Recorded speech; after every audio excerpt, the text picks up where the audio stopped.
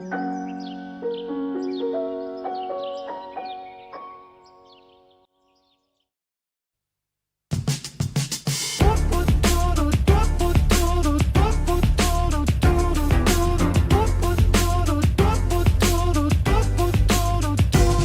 know there's no form and no labels to put on to this thing we keep and dip into when we need. And I don't have the right to ask where you go at night, but the waves hit my head to think someone's in your bed. I get a little bit Genghis Khan. Don't want you to get it on with nobody else but me, with nobody else but me. I get a little bit Genghis Khan. Don't want you to get it on with nobody else but me, with nobody else but me.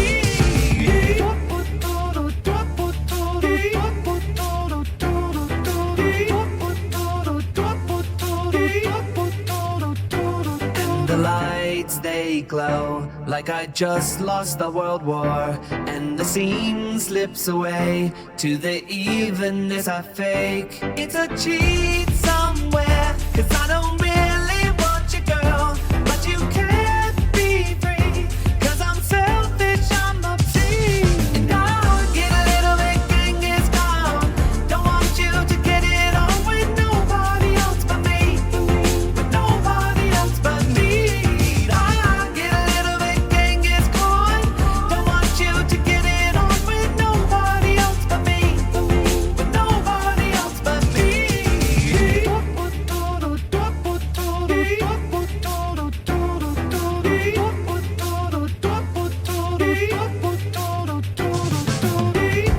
Ooh, I wanna make up my mind, but I don't know myself.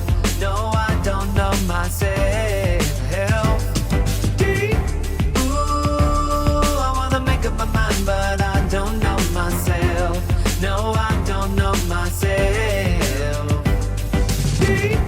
Ooh, I wanna make up my mind, but I don't know myself. No, I don't know myself. And I get a little bit Genghis Khan. Don't want you to get it on with nobody else but me, with nobody else but me. I get a little bit Genghis Khan. Don't want you to get it on with nobody else but me, with nobody else but me.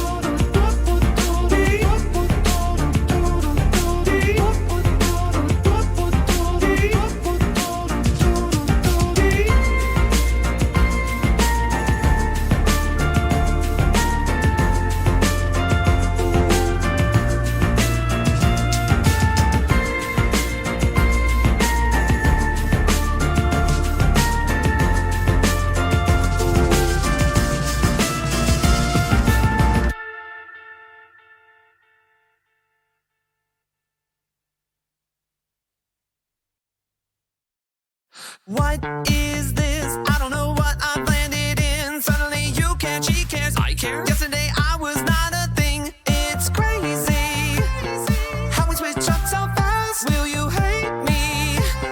Or could this our power last? Things changing all around me. 3, no 4 designers on me. Feels so real like Aronofsky. Please don't think no melancholy, not now.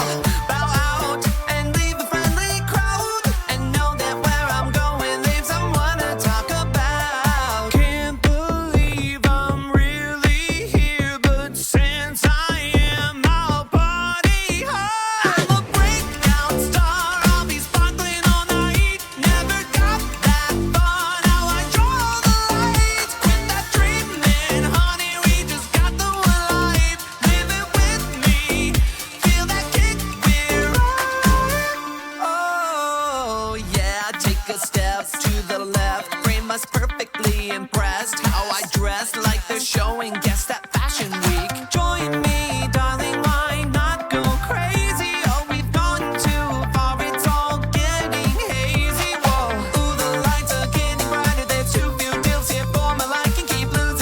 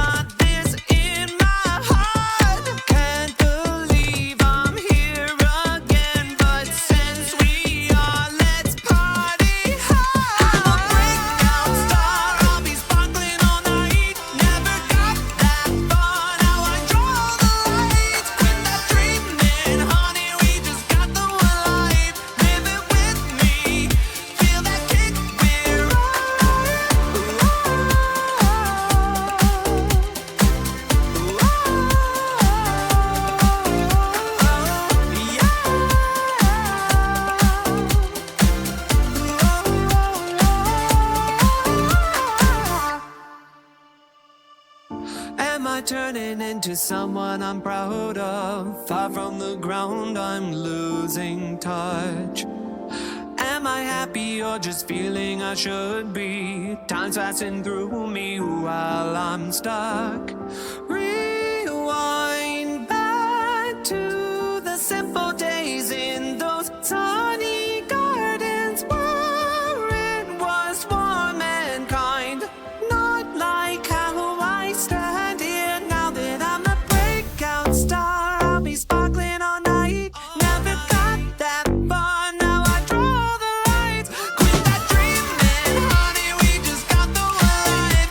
Live it with me, feel that kick, we're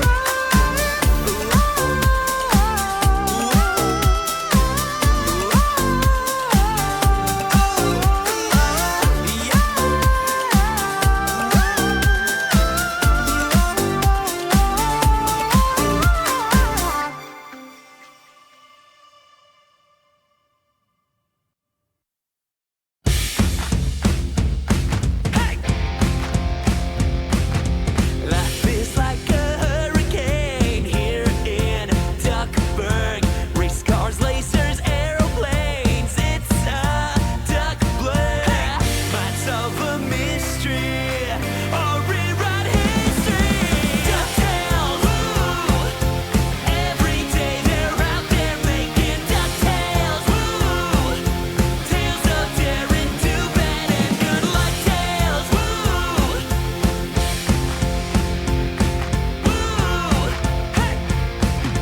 When it seems they're headed for the final curtain, good deduction never fails, that's for certain. The worst of messes become successes. DuckTales, woo!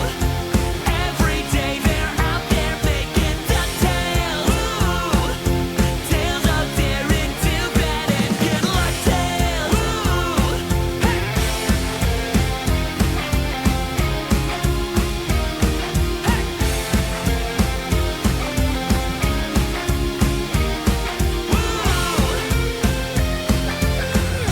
Danger lurks behind you. There's a stranger out to find you. What to do? Just grab onto some DuckTales. Every day they're out there making DuckTales. Tales of daring, do bad and good luck tales. Every day they're out there making DuckTales. Tales of daring, bad and good, not ponytails and cottontails. No DuckTales.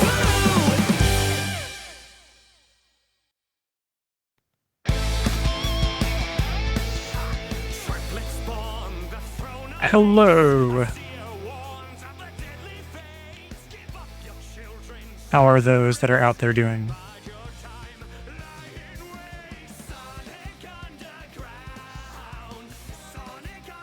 Can't help but love me some DuckTales. How is everything looking? So far so good. I threw my hand out. Yeah, that's pretty quick. Yeah, alright. I'll take it. Trying out everything on the new app on Ethernet, and so far it's looking good. Tested it yesterday, it looks good then. We'll see how it goes. I think I figured out my problem, but I don't want to jinx it, so let's just pretend I didn't say that. So, what am I doing today? I feel like this is just still really loud. Let me turn it down some more. Okay, maybe that will do well. In fact, let me put it on something more quiet. Hopefully that won't be so loud. If it is, let me know. First thing up today, I'm going to be doing some more work on this Aurora painting on mineral paper that I started Thursday last week. Interestingly enough, when I pulled up the masking tape, the texture it left behind looks very much like the kind of texture you'd want to see for like mountain ledges, which was absolutely amazing. What a great happy accident. Let me switch so you can see that. Yeah, so I think clearly some of it is way off base down here somewhere, but like a good portion of this actually had a really cool kind of mountain kind of texture to it. Some are a little too straight, but it'll be fine. But enough to where like this whole section can be mountain, and this whole section was already planning on being mountain too. And this can be like a little city in the bay or whatever I want it to be. So I will be figuring that out as I go here in a bit.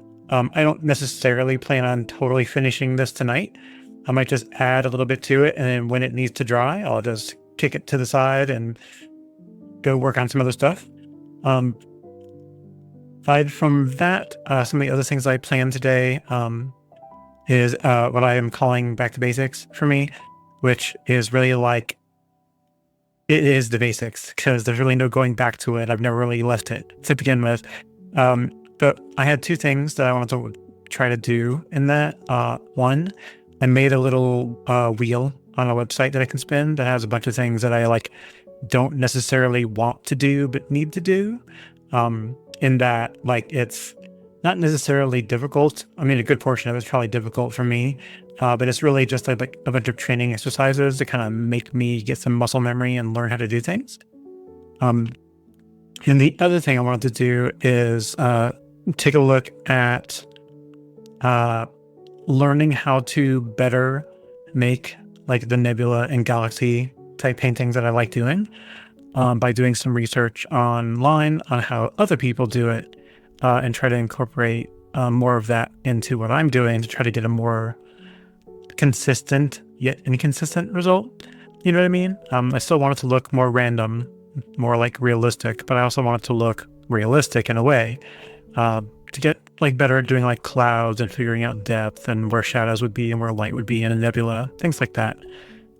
So yeah, I think that's mainly what I'll do today. I'll try to get through at least all of that. Clearly, again, probably not finishing this one painting, but doing some training after this to try to get better. So we'll see how that goes. All right. So to start out, this is where I was getting some of my ideas for blending colors at the end of last week for this. Dry. It looks really nice. I kind of like how some of these blend together, so I might use them in the future. I was concerned about this green and the violet going together, but it seems fine. So I'll probably just,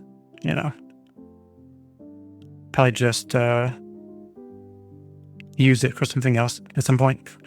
But I'm just going to kick this somewhere else.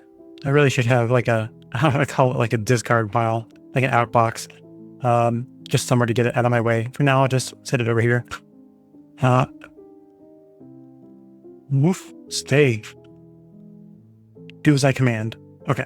Let's start laying out some things I'm going to need. Okay. Let's get that over there. Get some paper towel edge going on. Of course. There we go. And stay. All right.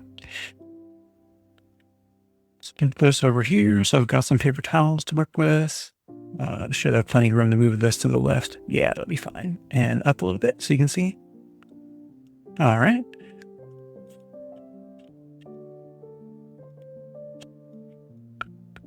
And let's get some fresh water over here. Rinse over here.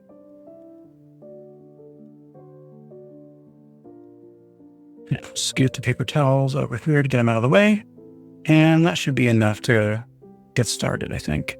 I think probably the best thing to start with is trying to do some kind of outlining on the my brain is just going stupid today. Some outlining on the mountain to try to get some like craggy, rocky bits on here. I've got some pretty good like black pens that I use for this that I won't lie, I've used on watercolor paper and I like how it works. I have not used it on mineral paper yet. So yeah, that'll be an experiment. Really just to make sure that when I put it down, it doesn't all wash away. But it's have a brand on it? Oh, well, I mean, that makes it easy. They're Winsor Newton. So it's literally like a painting brand. So they know how to make it not bleed, I imagine. But yeah, I've got varying thicknesses from, what is it, 0.02 all the way up to 1, which is what the thickest is that I've got. So let's see what it looks like. Yeah, because I think I can choose to be thinner or thicker with the lines on this. I can bear down more, or it can be kind of gentle. So I think I'll be able to use this one without any problems. So let's take a look. I guess my question is, what do mountain craggies look like, right? It seems like that would be a really obvious question, but 'tis not. So some of it, I think I'm just going to follow along like where the obvious edges are, but I don't really want to mess up the texture that's here. So I might have to go online and look up some images of what like a snowy mountain looks like to get an idea of where the best angles are. Because otherwise I'm probably going to mess it up. I don't want to do that. Alternative being I don't touch up with a pen and I just kind of leave it alone. That's always a possibility as well.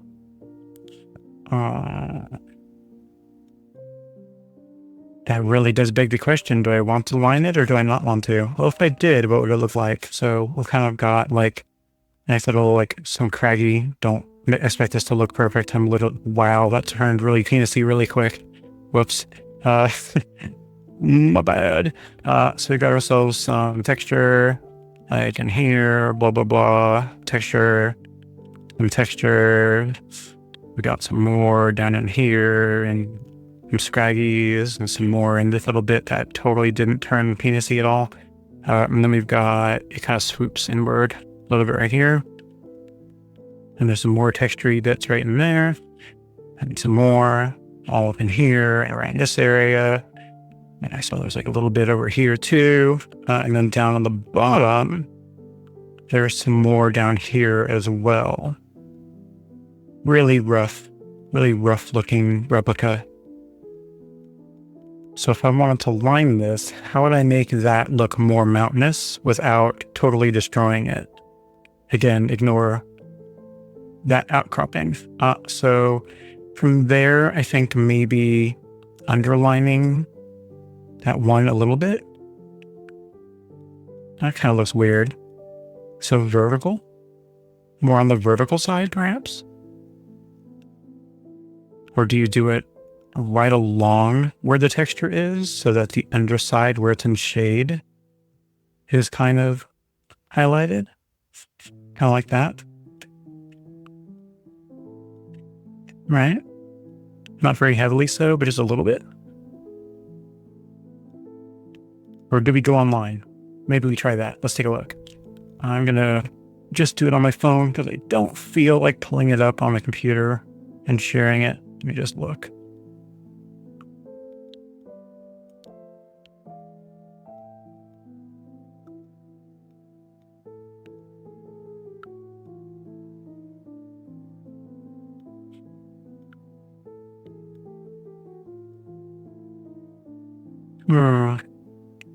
Images. To be fair, it doesn't look like many people outline mountains at all. I mean, it doesn't mean I have to follow along exactly with what other people do, but I am struggling to find anyone who does. If anything, they do when it's like showing separate mountains from each other. Like that. The edges are kind of darker and the top is kind of highlighted, but they go really light with it. They don't tend to really use it to separate out the sections on the mountain. They use it to separate out the mountains from each other, it looks like. That's just one. Let me check some more.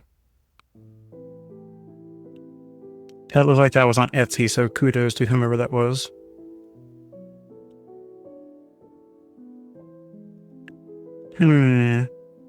Yeah, not a tremendous amount. I may come back to that part.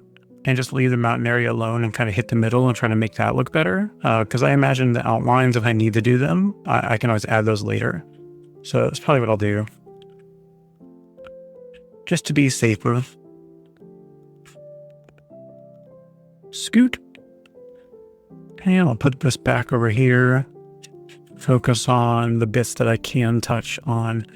So, thoughts. I can probably use pencil because at least I can erase that, right? That's a bit more temporary solution. Should I do the mountains, which I will adjust those later, where do they end? And where does the rest of the bottom part of this painting begin, right? So clearly we're in a valley. We've got mountains on the left, lesser mountains on the right, very small town down here in this area where this texture is. I'm kind of going to leave that be like buildings. In this little square area, I'm going to try to make that kind of like water and have it kind of gently mirror some of the color directly above it. Not all of it, just a tiny bit. And then my question is, what do I do everywhere else? So I've got a lot of blank area to fill in here. I'm thinking mountain-wise, I kind of let it taper off and leave some open space on the bottom left corner. And on the right, I have it do so a little bit more closer to the mountain and leave far more space in the bottom. My other half suggested putting in a road from the town, maybe along the base of this mountain, kind of maybe twisting, turning, just making its way along the edge as like the only way in and out of town, right? So that's a possibility. What that would look like, I don't fully know. Maybe, I don't know. There is kind of like an already a road here in a way. So maybe continuing it along like here, like going downward a bit. And maybe put a couple little points of like yellow for like lamp lights or something going along the road to keep it safe. And make a couple lights inside the town. So at minimum today, I can try to get myself like a little fake road continuing along this right side. Try to get the water area in the middle figured out and taken care of. Maybe get like the bottom of the mountain outlines figured out down here on the bottom, or just make that be trees or something that kind of get bigger as they get closer on the left. But the middle, not a dang clue. I don't know what to do here just yet. Maybe it'll come to me as I go, but I've got enough on my plate to, I think, work on. So worst case scenario, I do a part of it and I leave the closest part to the camera or to the scene, to the viewer on the bottom here, and the mountains alone for another day, and try to work on the other bits and at least get some of it done further. So methinks that's what I'll do. Let me erase my little pencil line here.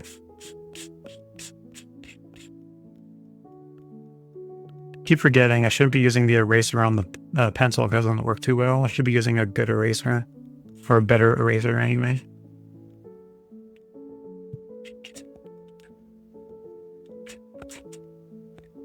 Yeah, better. Not perfect, but better. All right. Okay. Let's pick ourselves. I forgot we got these new script brushes that I could always be using. So those will be good for some more finer detail in a bit. I will say it does look nice and pointy. So that might be a good option for doing the little like lamplight looking thing. But I'll reserve that for a minute. Because I'll have to practice trying to do some faux pointillism, I guess, to do just tiny little dots of yellow when the time comes.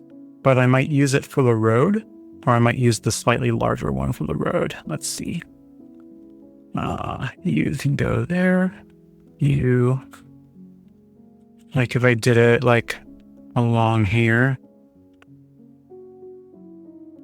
it's kind of scary. Might be a little too thick for that. Let's see with some water. Just plain old water. Oh yeah, it just spreads out.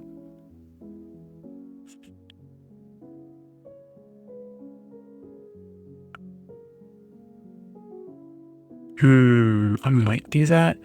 Indigo clearly works for that because that's what the color of the mountains are. And it's supposed to be night scenes, so it's going to be mostly dark anyway, with just points of different colors. So I could probably get away with at least starting with some indigo and get that little road done so it can be dry.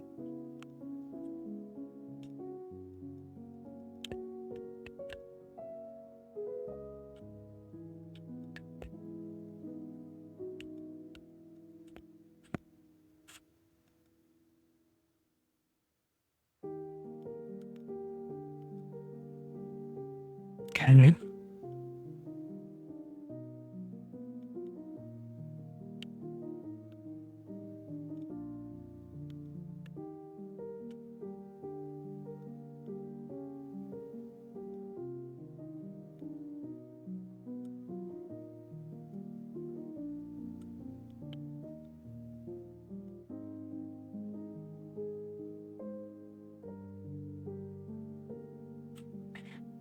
Yeah, why not? Let's see.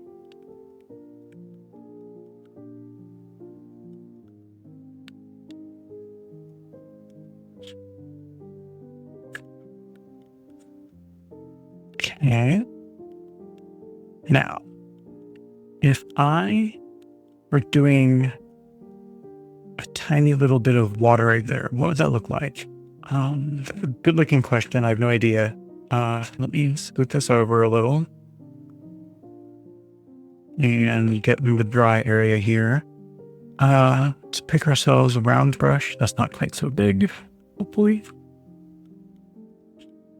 I imagine the most important part is doing the colorful transparent bit first. So I think that's probably the best place to start. So directly above it, we've got some yellows, we've got some reds, and we've got some of that greenish color. So close to the city should be a tiny bit of the reddish color, yellow in the middle, and then the greenish color close to the horizon line. So I think I can do that without too much trouble. The reddish color I've got up there is this, I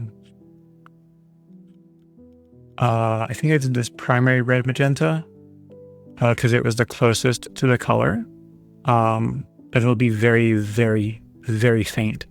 So I think I can probably start with that. You get some on the palette. Doesn't have to be a lot because I'm not going to be using a lot. So kind of like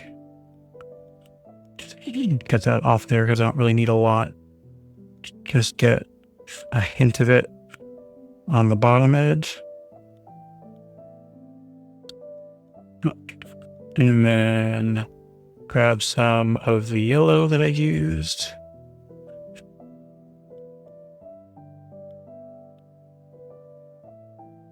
Okay. And do that above it.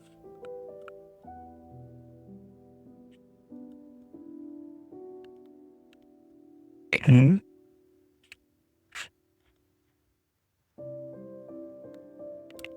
And then the green I used was that, I think Kiva green.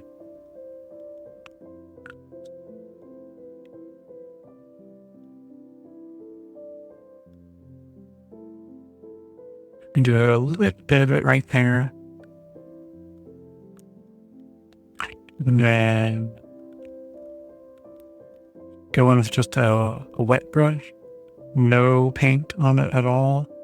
And just send that out a little bit right there and there. I brought some of the green with me, but this is just a sample, so it doesn't matter. You know? And then maybe hit it with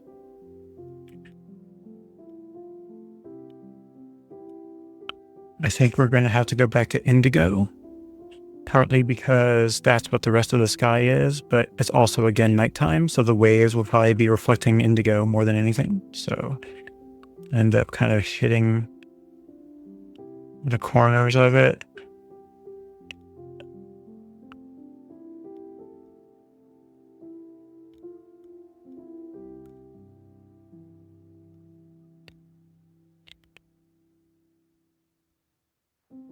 clearly with more care to make sure I'm even with that up there. And then from there,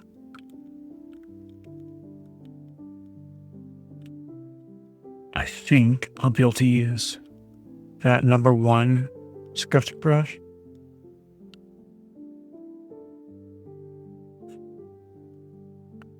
to pull some kind of wavy kind of vertical line thing.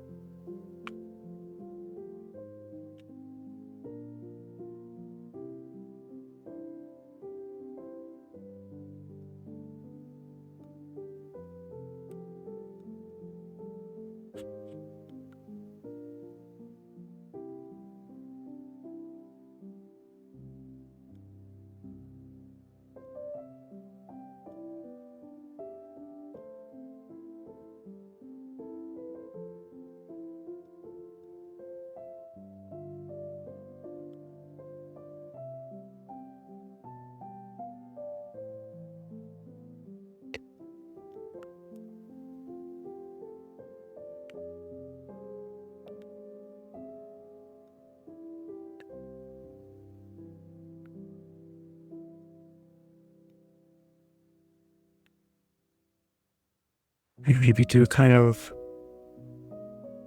repetitive squiggly line kind of thing.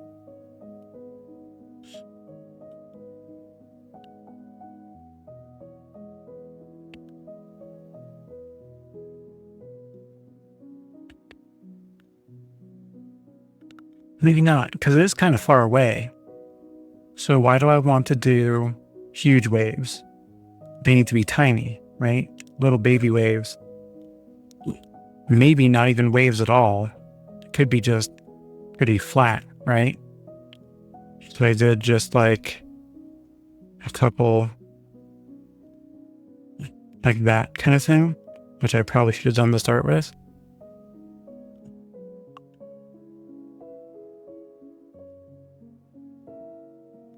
Oh, I kind of like the inverted V thing, this deal.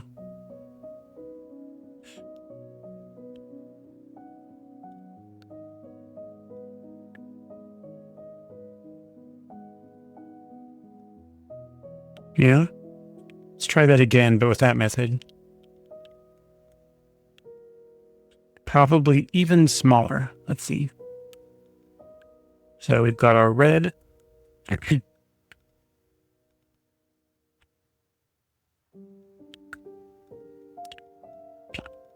And then we've got our yellow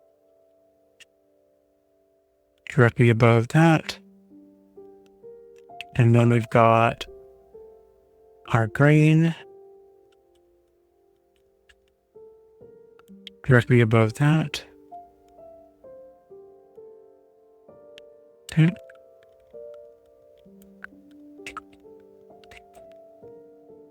We pull some indigo and we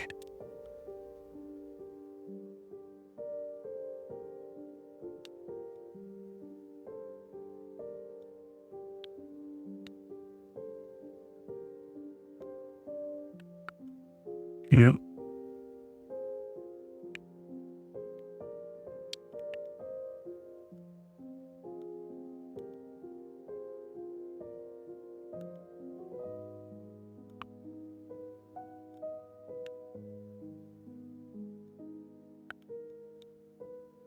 Yeah, something like that.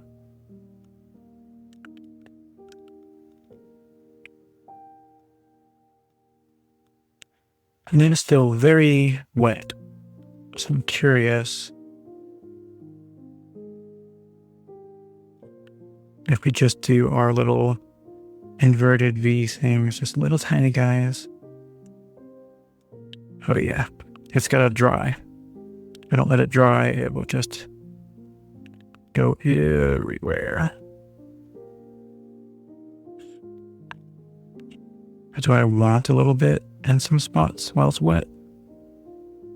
Is that better to give it a little bit while it's really, really, really wet?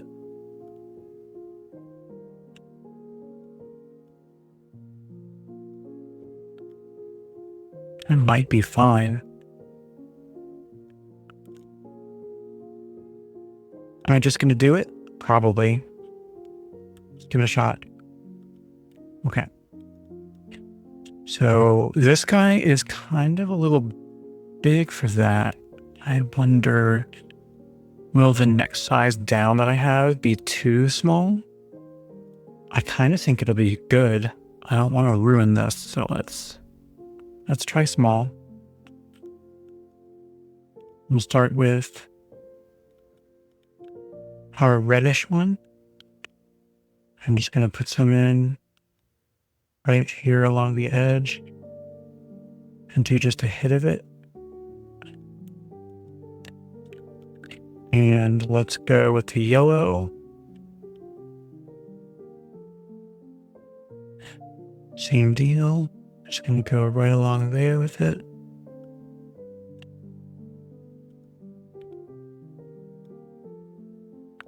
Okay. Maybe a little bit more because there's a lot of yellow in here. Okay. And our green, grab a little more water, try to thin it out a little more. Okay.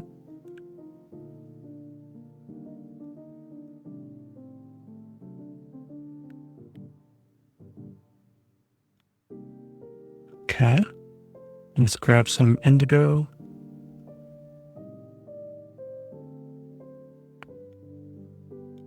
Try to get that right near the top edge.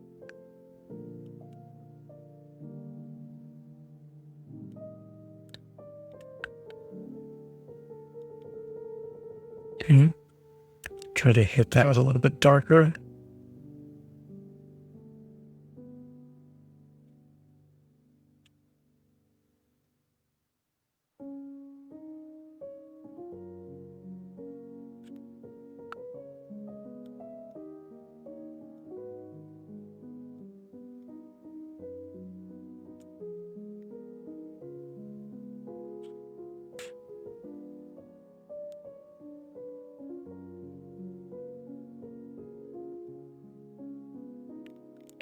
And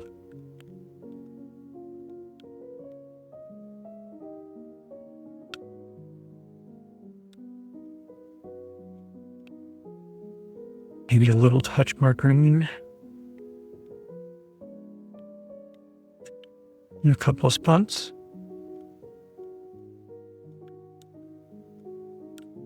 And get a willow. Hit it in a couple more spots.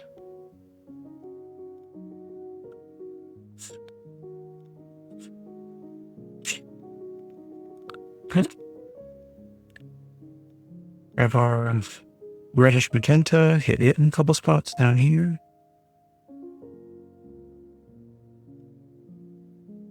Okay. Walk away. Gonna walk away.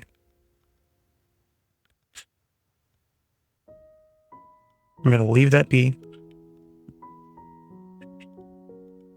Again, I don't want to overdo it, as I am prone to do. I'm surrounded by lots of drawing. That, my friends, is very, very wet. So I'm going to give that a little bit to dry. I think that indigo is just disappearing from that green. Yeah, just a tiny touch more.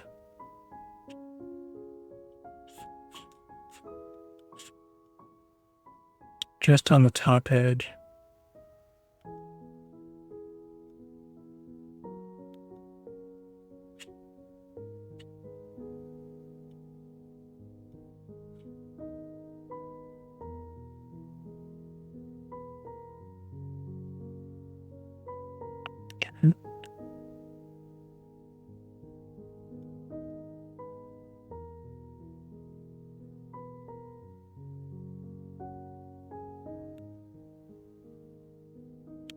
Sorry, I realize it might be kind of far away. Let me see if I can zoom in on that a little bit. You're not going to play. Oh, there you go. Right.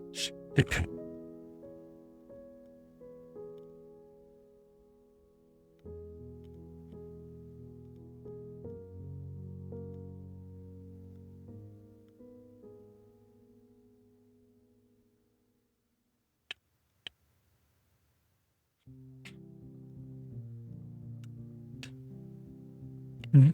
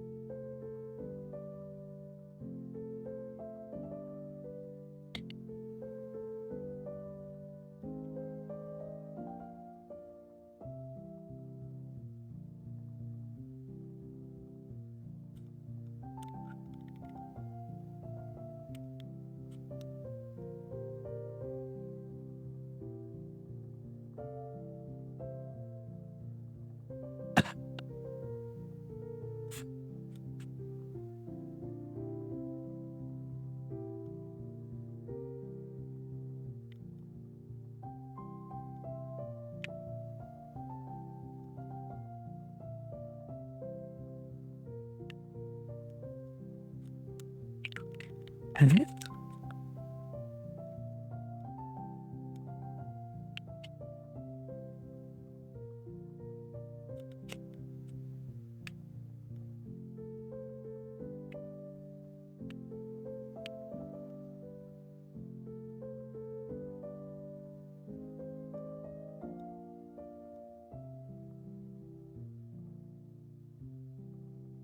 okay.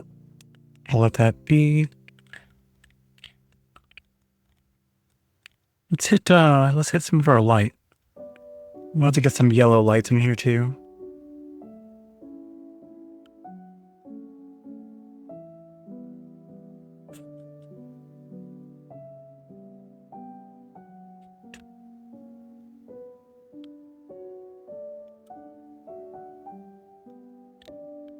For this, I must remove my glasses. For I must go close. Okay.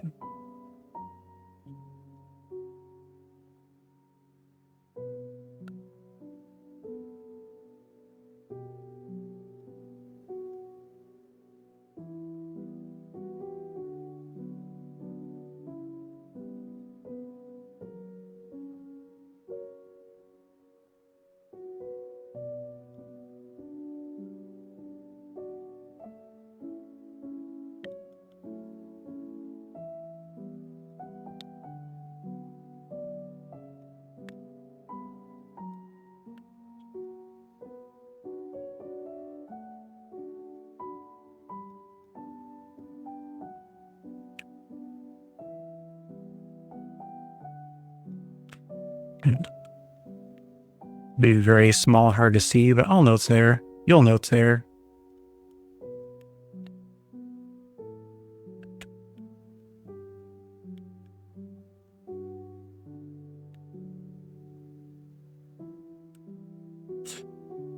Let's do a couple out here.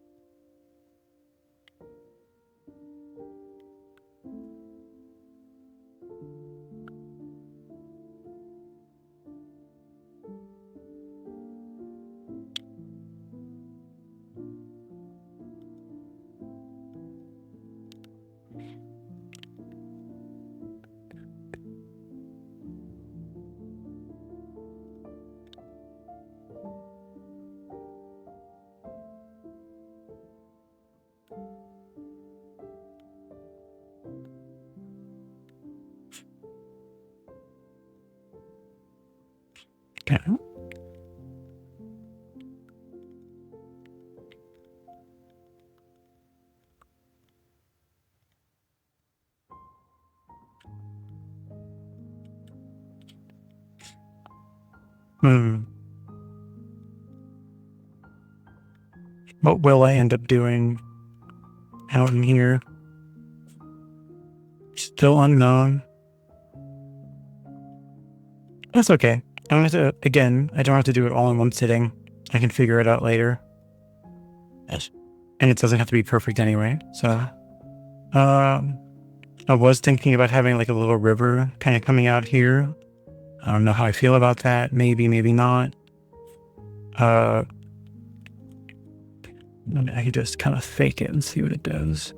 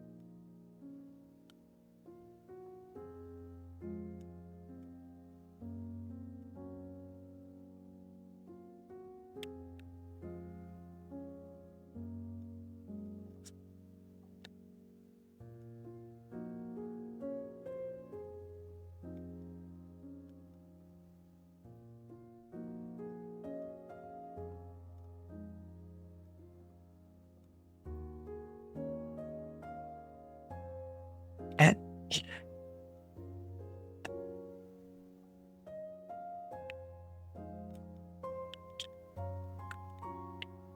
hey, desert, welcome on in. Lurk all you want.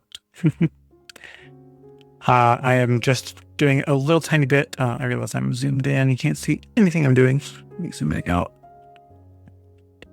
I'm just kind of adding a little bit to the Aurora type painting that I started last week. Just kind of trying to figure out what to do with the water here. As it sits, it's spreading and doing what it wants. So I'll just add to it when it dries. I'm throwing in like a little tiny road type thing coming off to the right here. And kind of faking a river coming along here as much as I can.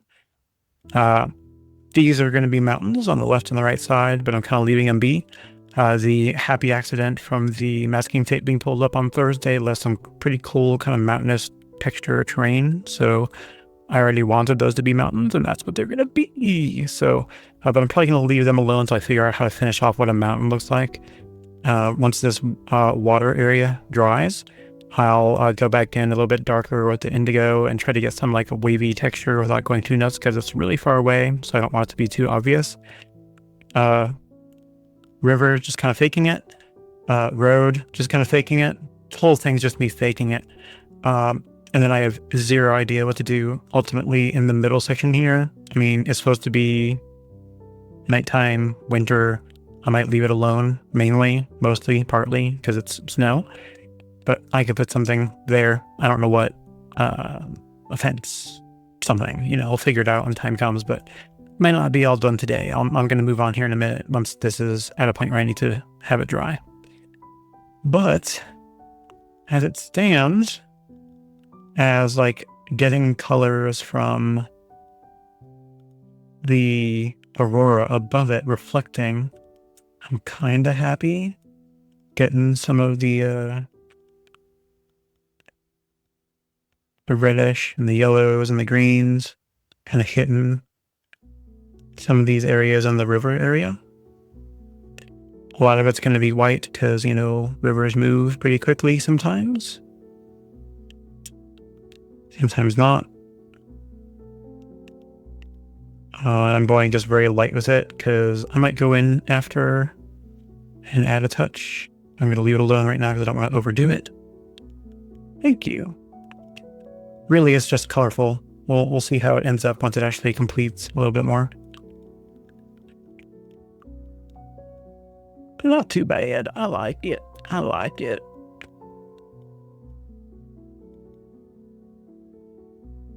It's a bit too dark. Pull from that and touch up in a couple spots. Come with me, my pretty.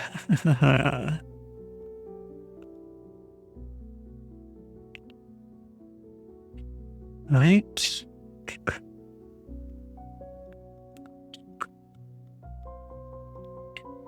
Okay.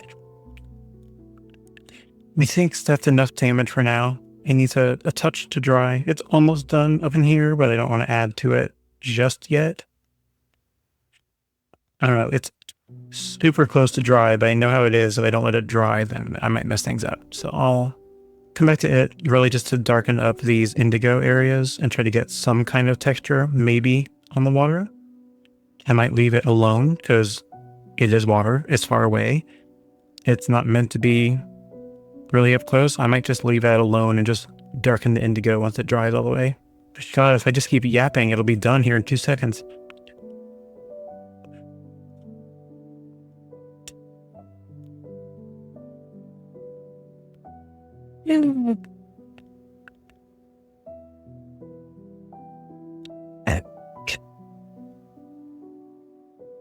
Yeah, I mean, truly it's done. So let's add just a touch because I'm here. It's my stock and trade not to know when to quit, so I'm just going to add to it.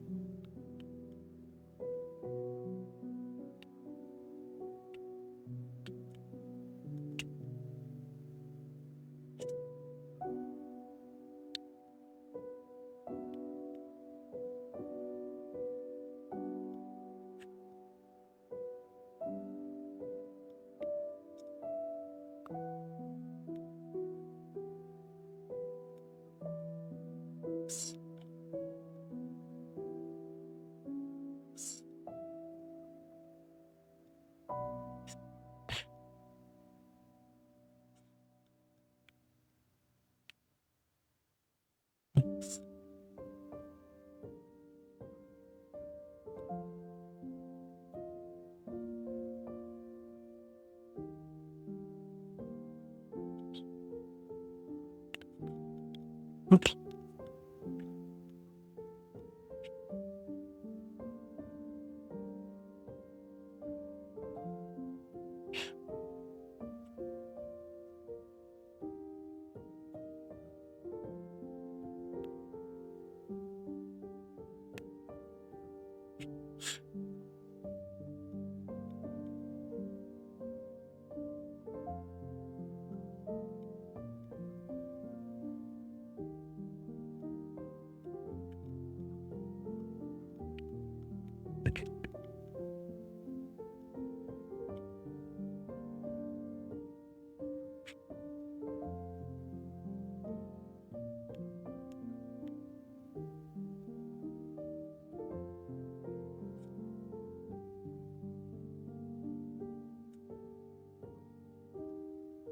Right.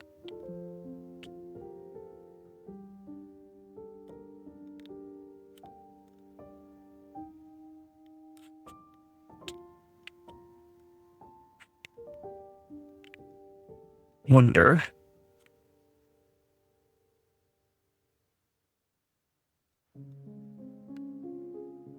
I think that's just too thin for what I was thinking.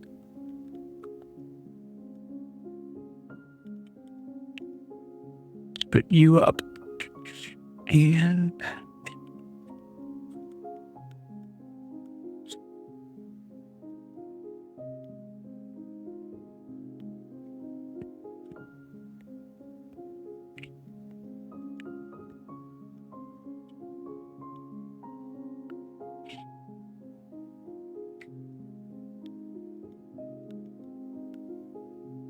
try to see if I can dry brush or mostly get some dryness.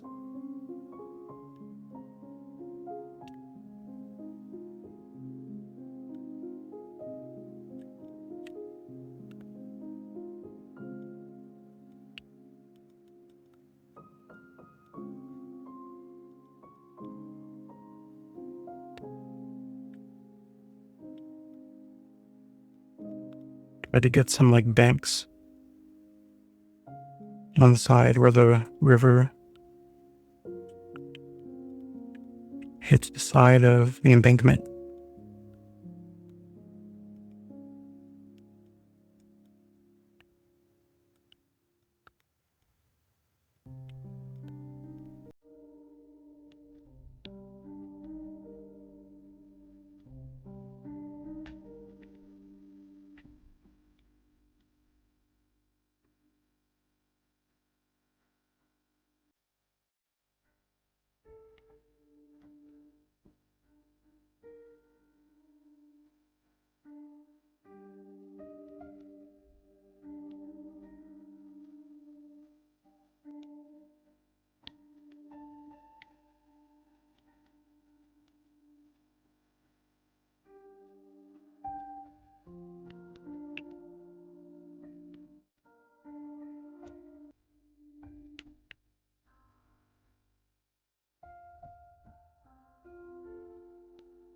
Okay, enough damage.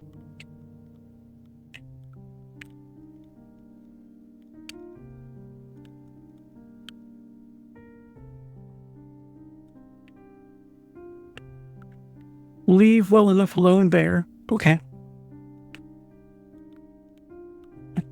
Bring my glasses back so I can see what I'm not doing. Realize that I sound more and more like my dad as I get older. Put this back over here. It's almost dry, but I'll just let it finish off over here. I can add more to it later. So, what's next, huh?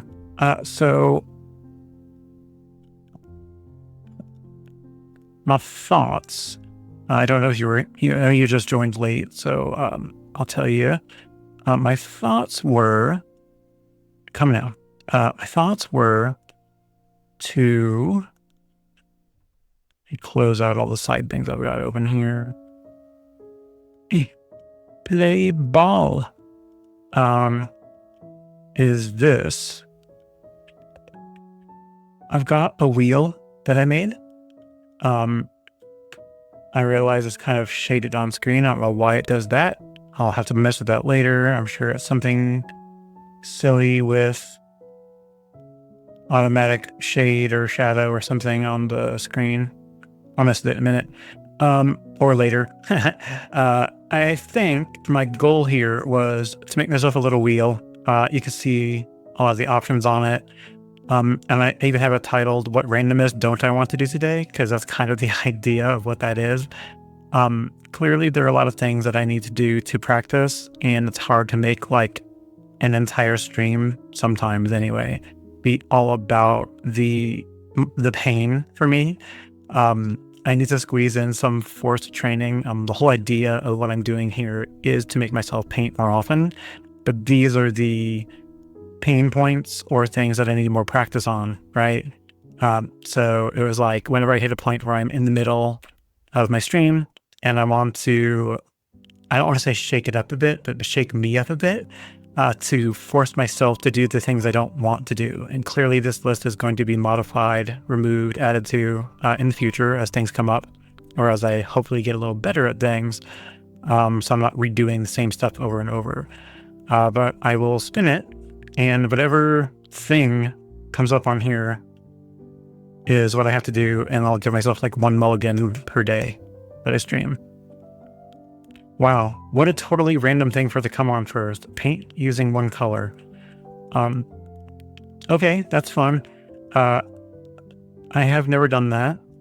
That's why I put it on there, because it sounds scary. And ta-da! Today is the day! Woo! So, ultimately what that means, I've seen a lot of paintings people have done where they use the values to have their lights, midtones, and shadows and darks and all that kind of stuff all in one painting, but only using 1 color. Whole thing, 1 color. That's all it's going to be allowed to be. The end goal, though, is what is it going to be painted? Well, I don't know what I'm going to make. I have to figure that out, too, as I go. But the baseline's there, right? I would share mine, but I'm at work. It's okay. I'll definitely see yours on one of the next times you're on stream, and I hop in and I say I'm there. If you have it nearby, just be like, oh, Bear, here it is. And you can show me. We'll remember. Yellow ochre? Ooh. I can see that working. It's, I've got a yellow ochre here as well. This guy. So it's got a lot of light, a lot of mid, a lot of dark colors. So it's got a lot of options. I love the dragon's blood. That one's got a lot of variation too. That is possible. Again, having no idea what the thing will be, but maybe we pick the thing, then pick the color. Will I do a whole huge full sheet of paper as a painting? Almost definitely not. But I can do something like in the middle, right? So I think, let me look for some paper really quick and figure out. Is that not amazing? This is Dragon's Blood. Most of my colors here are from Mameri Blue, an Italian brand. And I learned about them through Jenna Rainey, who's a watercolor artist on YouTube and a variety of places. And one of her favorite colors, especially for flowers, which you might appreciate, is Dragon's Blood, because it's got some absolutely stunning colors. It's kind of like a burnt umber in a way, but it has a hit more red in it, and some other kind of bloody colors. When it is fully dark, truly looks like dried blood. Don't want to be gross or gruesome about it, but it is. So absolutely stunning color. So that is a contender. Another of my favorites is turquoise green. This guy right here. It's a pretty one as well. Green gold is a good option because it changes a lot from dark to light. This Prussian blue is pretty. So a lot of options. So I'll leave this out. Figuring out what to paint. And on what. So let's figure out the on what, because that's easy. I think since this is practice, I should use a cheaper paper, right? I mean, to be fair, most of what I do is practice, but I think I'll go cheap paper. Because if I screw it up, I'm not going to cry about it. So is that just 1 sheet? It is. Great. Scooch that over here. What? Return from the cart from whence you came. Get in. Okay. I really have to organize my cart better. Good grief. Okay. And now the what? And perhaps, well, if I use the whole sheet, I'm not going to cry about using the whole piece of paper and ruining anything. So I'm not going to cry too hard about it. So if I think about it, what kind of objects would I be willing to paint using 1 color, or do I want to do a scene? Do I have anything around me I can use as like a model?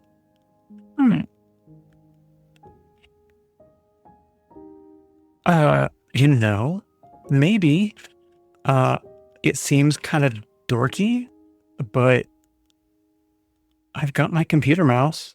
I can turn it off so I don't have to click on anything. I've got a nice bright red computer mouse here, and red is a gorgeous color.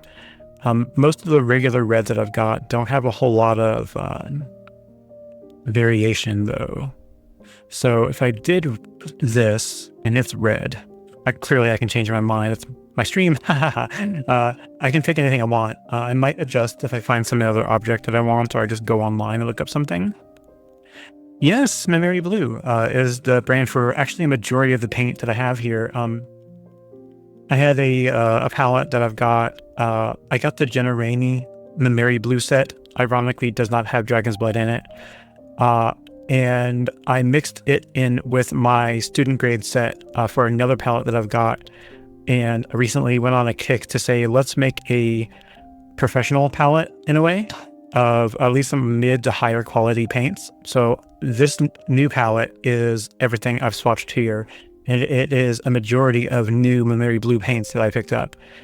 So everything here is Memory Blue with a few exceptions. This yellow is one called La Clarielle, L'Aquarelle. I picked that one up at Blick, which is an art store here in Seattle.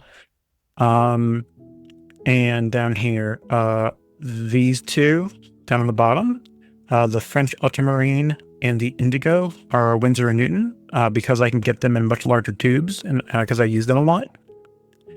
And all the rest of them here are Memory Blue. So I did do, back when I swatched this, I read them all out loud. I can go over them again as I use them. Some of them clearly I got out of order. I already had the green gold and like 5 others on this, and I filled them out where I thought they would be, and I was like, I can fill in the gaps between the rest with the ones that I want to get in the future. And somehow in the process, I didn't think far enough ahead to realize that green gold is so close to yellow, I should have kept them next to each other. And I left a lot of gaps in the middle that weren't going to be yellow. So it's not a perfect like gradient, but it doesn't have to be, it's mine. So I'll just use this, and I learned from this, so I'll just go with it.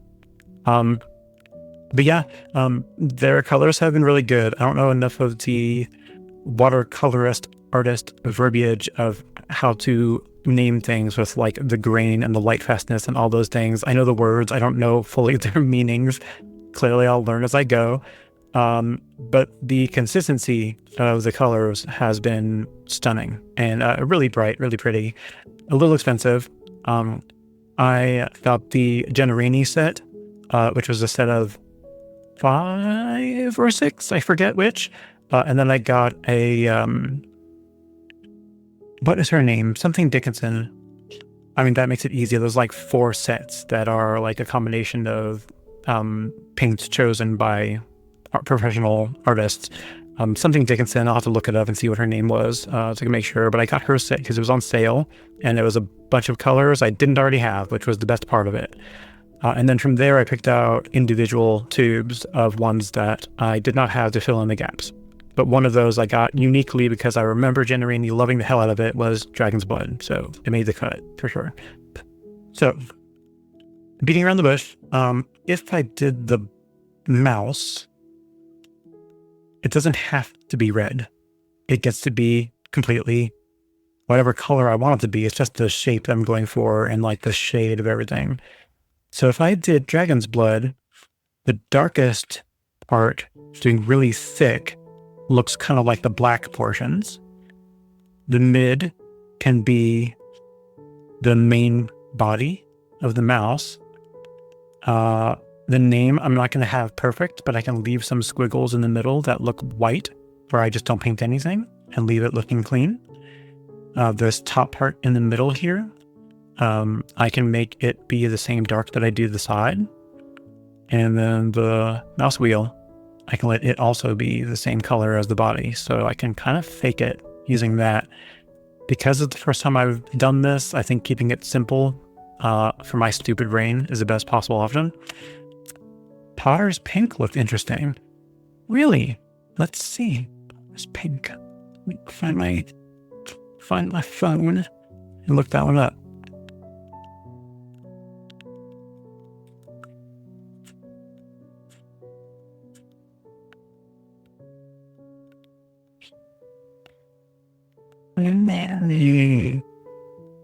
I think I butchered the spelling of that. Memory Blue. Was it a Memory Blue one? Let's find out. It might be. This is Amazon, so it could be anything. Oh, no, yep, it is. Make sure it's not showing off anything important. Nope. And then turn up my brightness so it's all the way up so you can see what I see.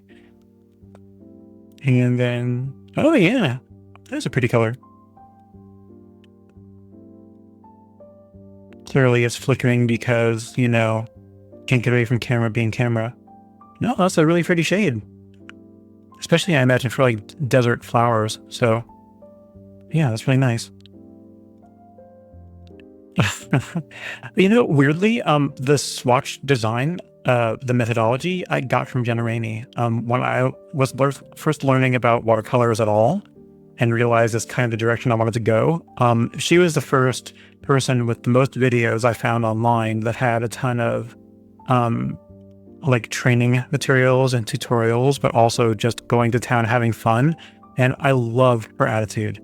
If you've not had a chance to look at any of her videos, I'm not often someone that promotes other people who are like well-to-do in some way, and be like, oh, gushing, you have to go look at so-and-so. She's pretty fun. Again, her attitude is just stellar. I love her sense of humor, and her brainlessness that she does sometimes matches mine, so I love that too. She mainly does floral type things, and she's sold her art through, I think, Walmart and maybe it's Target and some other places for different items. I don't know what they're on. I don't know if she's ever said, but she said that she sold her stuff through there a lot of times. But yeah, a lot of fun. If you ever want to like go on there, hunt her down and try to find like some of her popular videos that are shorter and then give her a look, just if you want to. But trying to find the one where she swatched her Mary Blue set was pretty good. If I remember, I think that was where I got the idea for doing it this way, where you start from the one side, go to the light, in the rectangles like this, and labeling them. It was her idea, and it fits on the paper really well and gives a big enough swatch that I can see it and it not be so small that I need a magnifying glass to look at it, right? So it's really pretty to have it where I can see it like this. So I think that's what I'm going to do. I'm going to try Dragon's Blood, just because it's got the most variation between having a color and having it totally dark and having some light on there. So I'll give it a whirl. In addition to painting with one color, this is me painting with no previous attempts at painting something three-dimensional. So I'm kind of doing two things for my wheel at once. I also have 3D objects on there. So I get to do two at once because I like tormenting myself. So I'm just going to do it from the angle I'm looking at it here. And I think to be smart, because I have no idea how to do this otherwise, I'm going to try to trace it just vaguely. It's not going to be perfect. I'm not perfect. It's never going to look perfect. 5 years from now, it's not going to look perfect. Nothing's going to change. If anything, my commitment to doing something will be better, but I can't vouch for the quality. So let's look. I'm going to try to just eyeball it as best I can. It's going to be not great, I already know, but I'm going to try it anyway, because why the hell not?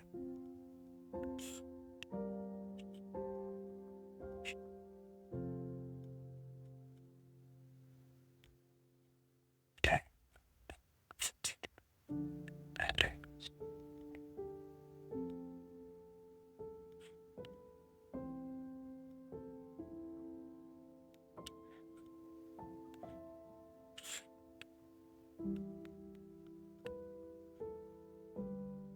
And that is just being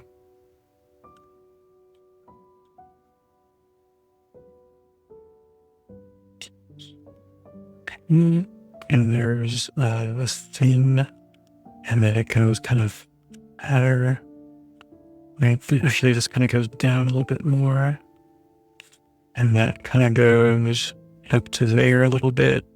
Not perfect, but a little bit. And then from there, it goes kind of.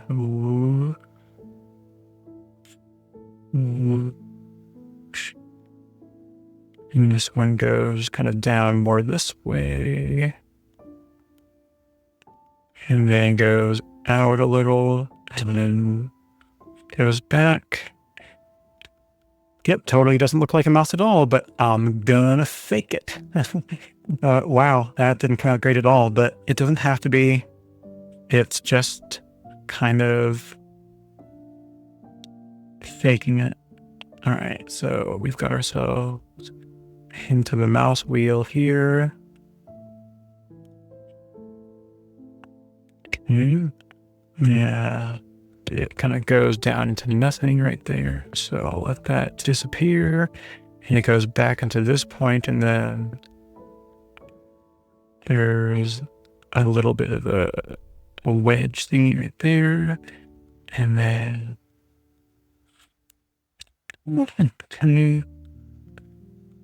and there is a thin amount of it that goes beyond there, and then it cuts behind it. Okay. And we've got our word. I guess I can actually turn it and put it right there.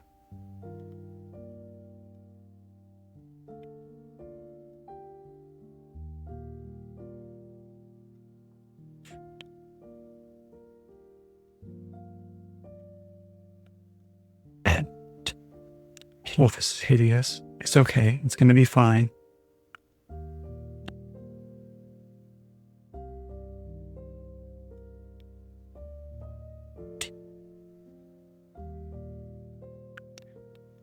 Yep, that's exactly what it's going to look like. Oh, good. Okay. Yeah, it's not perfect, but you know what? It's gonna make do. And there's some wavies in here for texture, like where the grip is. Yeah. And I think we're just gonna run with it. So let's see what it looks like. All right, let's give us some of the try to make sure I've got this where you can see. Yeah, let me scoot this over. You can come over here. I'm gonna put the mouse back a little bit where I can see it. Let's make some rim. Okay, let's bring this over here. Bring this guy up here a little bit so we can see. Yep, I'm gonna have to put that underneath. Bring it over. Yeah, it's good enough. Okay. And let's pick up a whole lot of dragon's blood.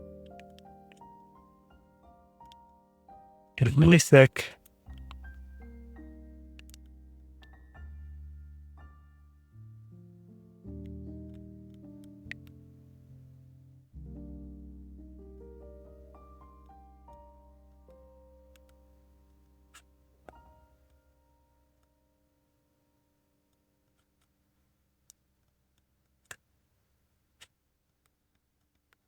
I'm going to need a lot of it. Okay.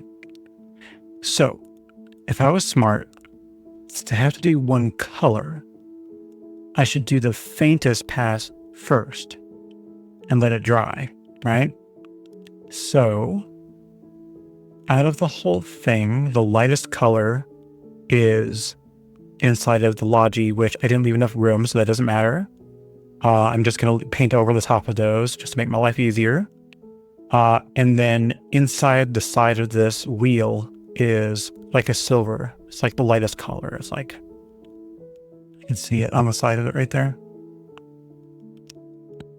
So I'm probably going to thin this out.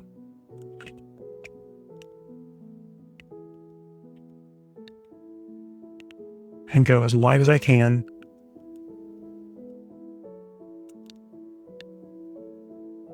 Yep, more please. Yep, keep it going. Yep, I can still see it. It's not thin enough. Keep going. Wow, it's just a dragon's blood. When you get it in there, man, it gets in there. Okay. And I think for my brain's sake, I'm going to try to put a little bit of it right up here. Okay. And I think I'm going to call that my first base coat, even though it's not silver, like white, like that is. I can probably avoid that one spot and hit the whole rest of this mouse with that color. So I'm just gonna kind of go around that spot, go underneath it.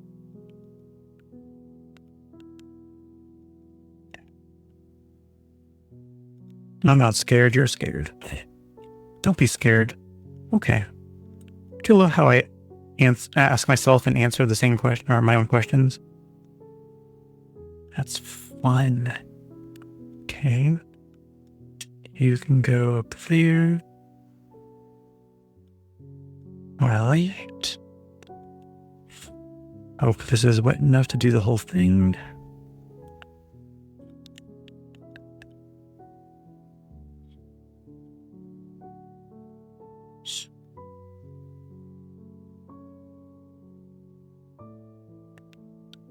Turn it around.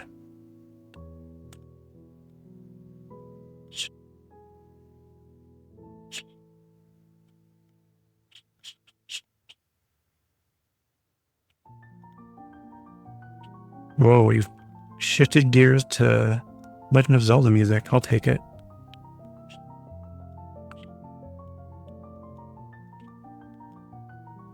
Okay. We're kind of doing all right. So far, one color. No big issues there. Okay. All right. What do we have next? We have, based on how the light hits it, varying degrees of the reddish color.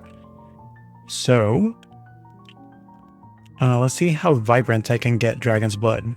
That'll be interesting.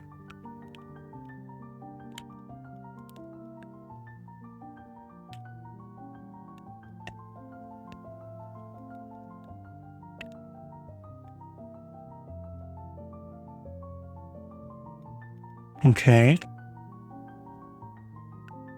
I think that's a good start. If I want to do it darker, maybe that. And if I want to go right from the pan, really, really dark, buttery dark, for my blacks on here, I'm gonna have to do that. I could probably go darker than that, to be fair.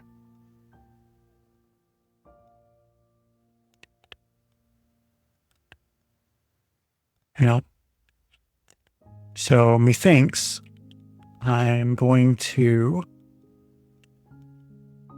go back for this and try to hit all of the red area in here, which is going to be this whole section around where it says Logi, and the top of the wheel. So I think, let me try. That is really wet. I am afraid of that dripping. All right.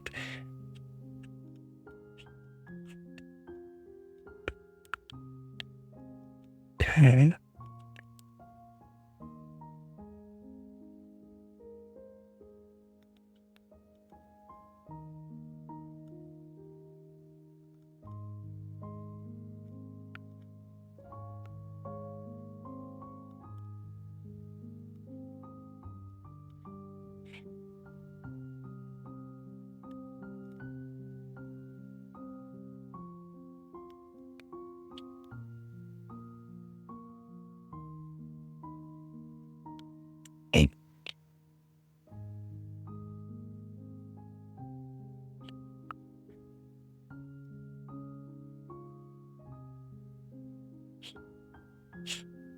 Mm-hmm.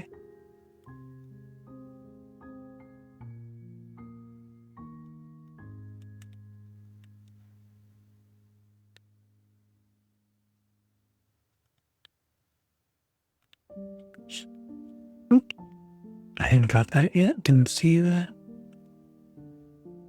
Okay.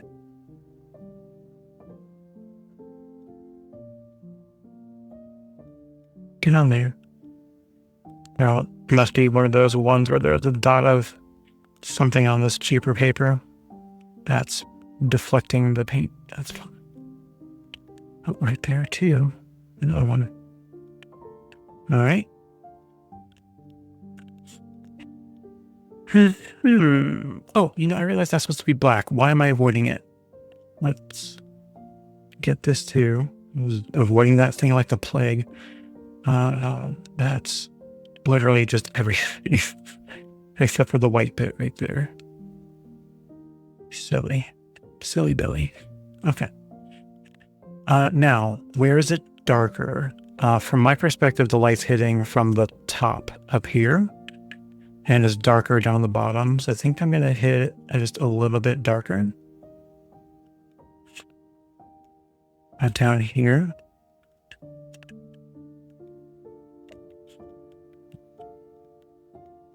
Looks like it's kind of like across here a little bit.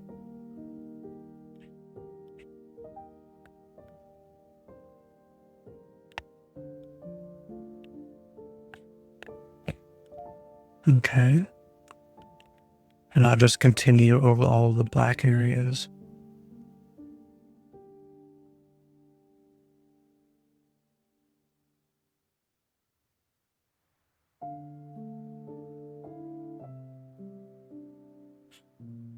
And right here. Whoops. Yep. Bad idea. Let me pull that back a little bit. Let paint dry. Who would have thought? Okay. I might even try to bring back a little tiny bit right in here where it's a little lighter. It's like the edge of the light is hitting it. So wet.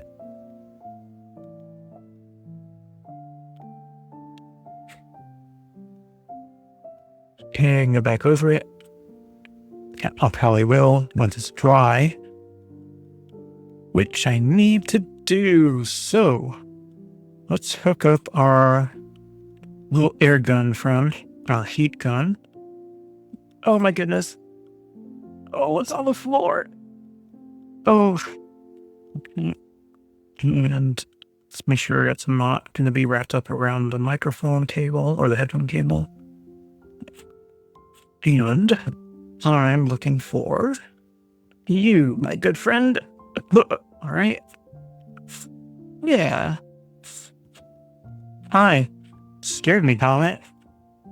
Every time I turn on this heat gun, he jumps up and puts his front paws on my lap.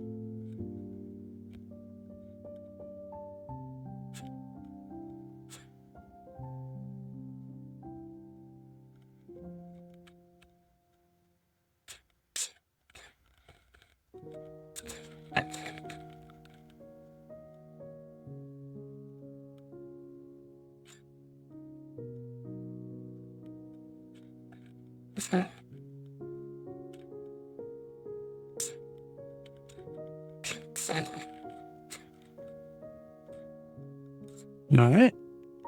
Put that little stand thing down. I'll put it over here. All right. Here we go. I'll grab my coffee. I love this little coffee mug. It's hard to tell as I'm showing it from an angle. I can show from over here. Come here, you. There we go. It's a bunny rabbit with a bunch of flowers on it. Got it from work.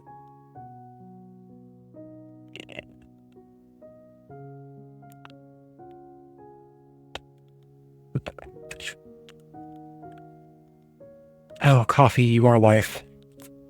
What was I saying? All right. Okay, so I think we need to go darker. I'm going to go ahead and hit the whole thing except for that one spot over there with another pass of that kind of transparent to try to get it a little bit darker of a reddish kind of color.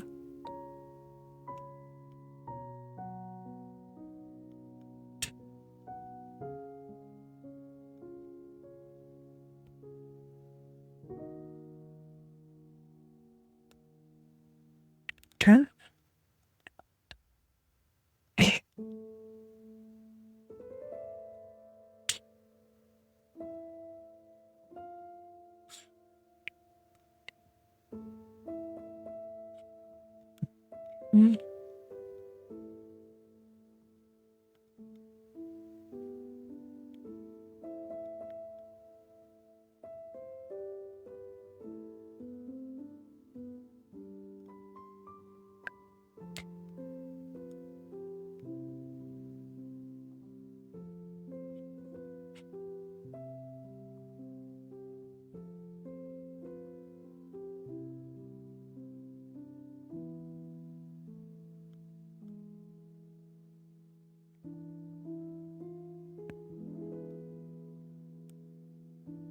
Wait.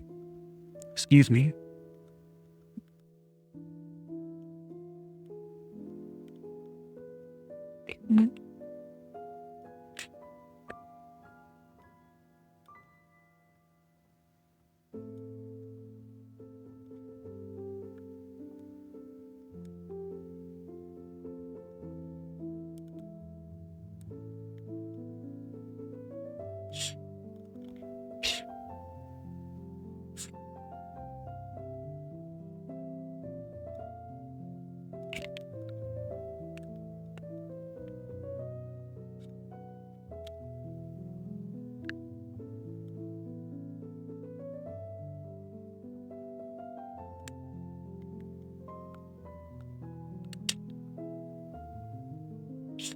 Okay. Yep, this cheaper paper is starting to show its quality here. Oh boy! Let me turn my mouse on. I get to ban somebody. Oh, my favorite thing to do. I get to ban a bot, people. Live, right here on stream. Ban hammer. Alright, anyway. Close that. Turn it back off. Alright. Back to being a model. Their usefulness is over. Alright, let me try this really quick.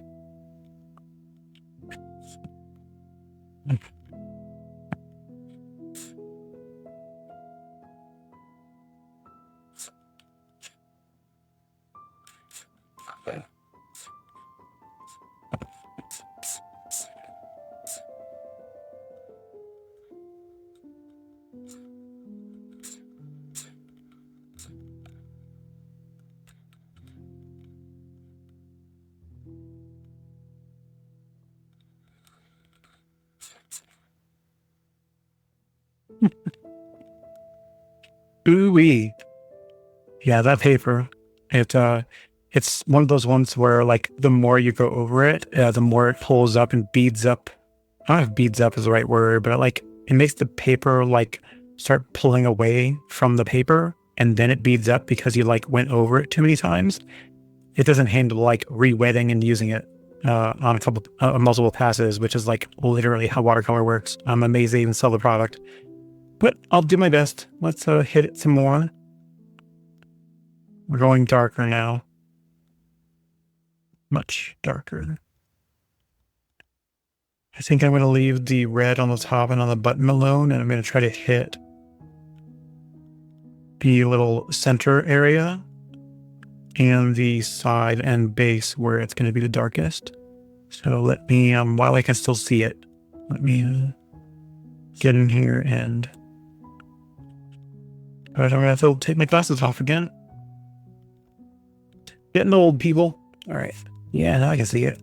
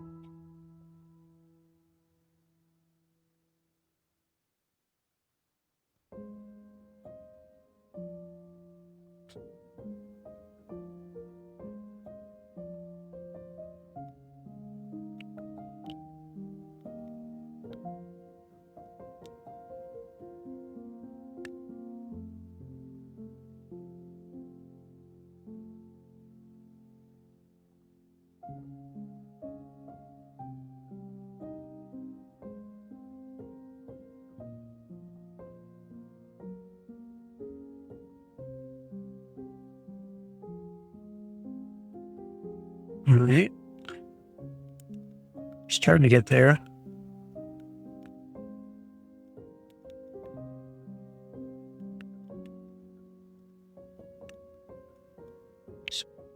Hit it with heat gun again.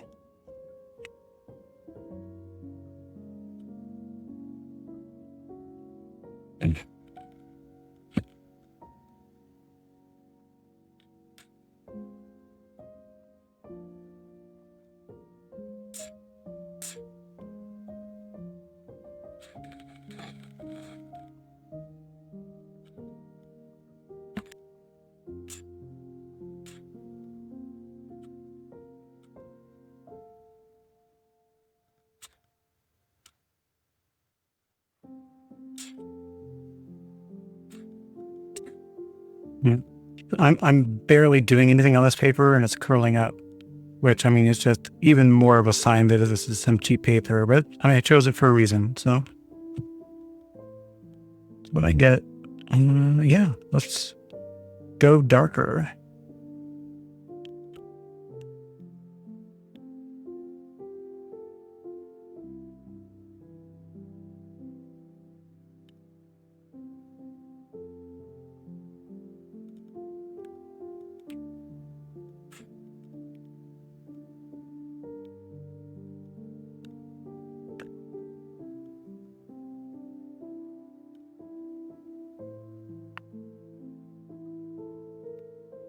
Right?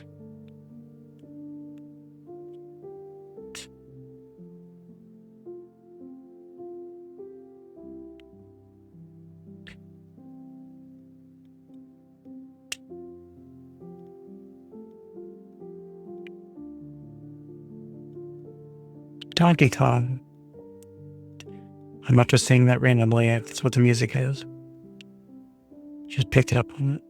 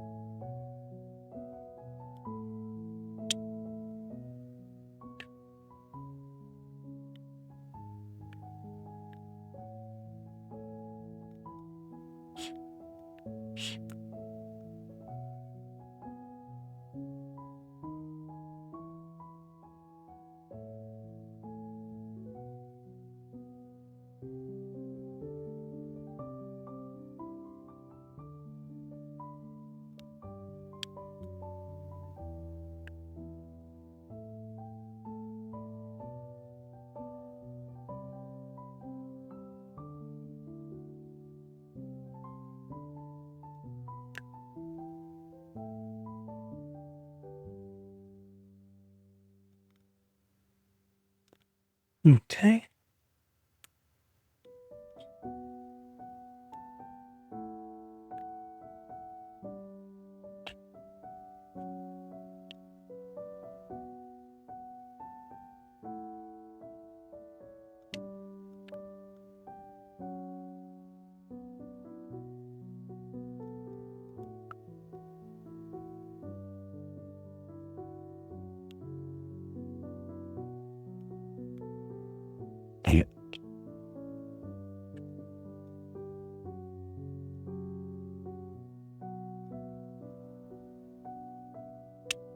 Woof. Made a huge mistake there. Don't think I'll be able to recover that, but I will try.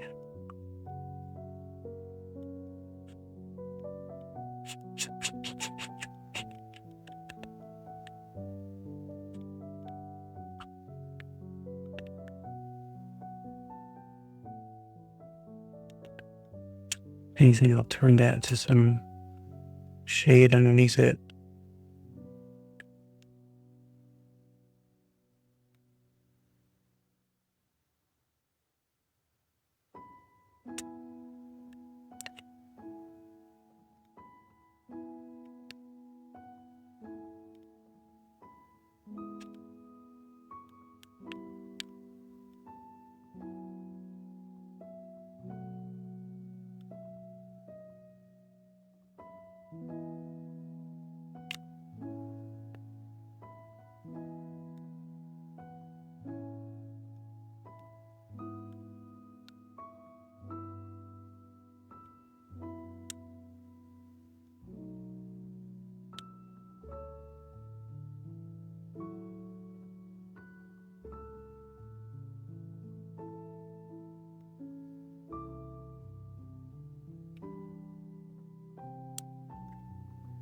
Great. Actually, not too bad. I think I will try to grab that a little bit on this side too. Okay.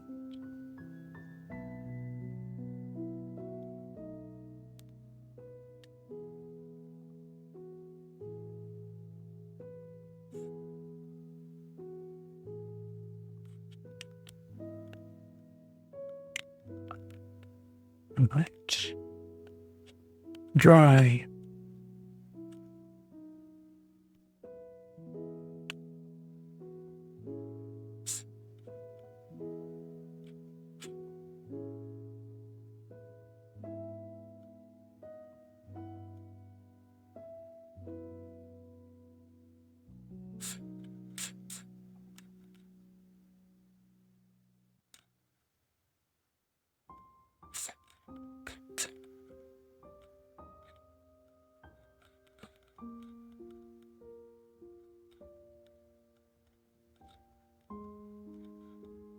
Okay. I think I need to go down a size.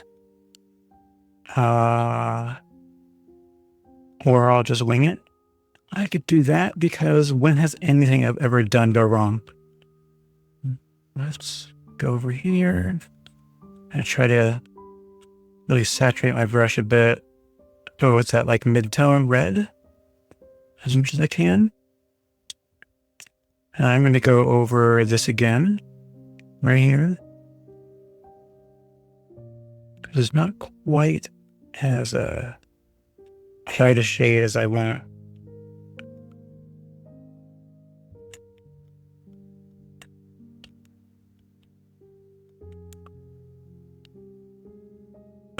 So, don't mind me.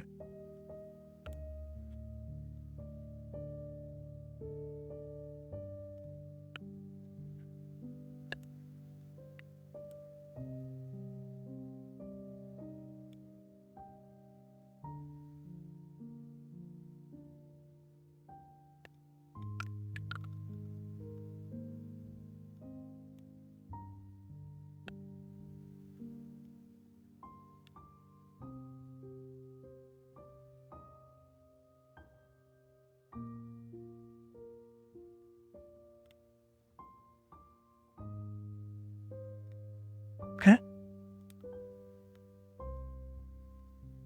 Not too terribly shabby.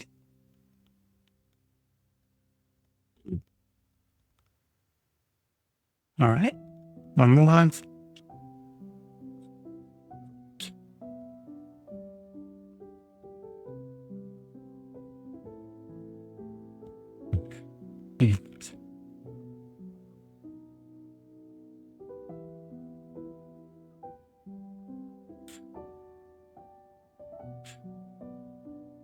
All right. Let's go one last time. right for the darkest we can get.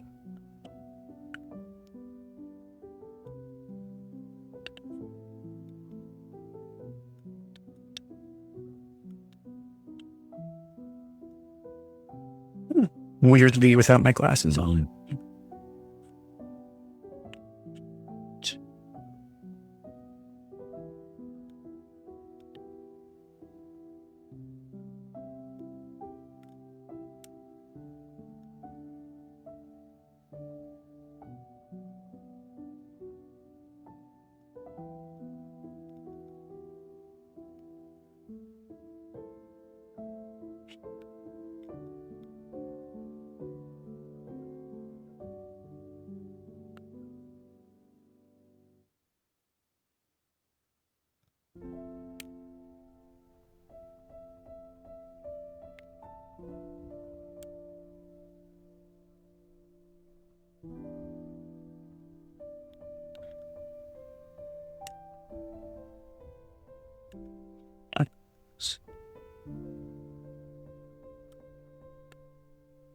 I realized Dragon's Blood has a way of making it look kind of like leather, which is kind of neat.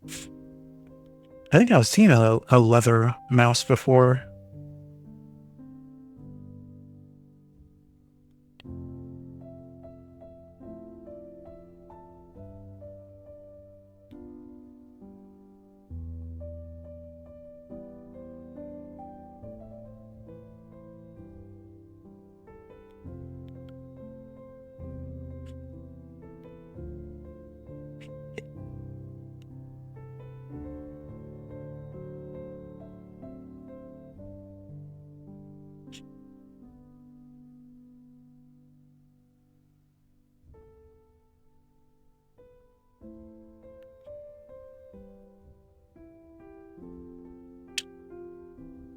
Ooh. Ooh.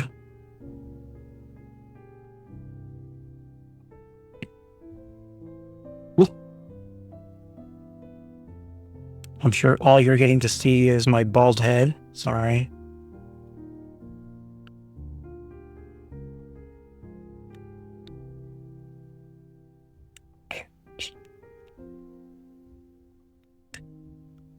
Okay.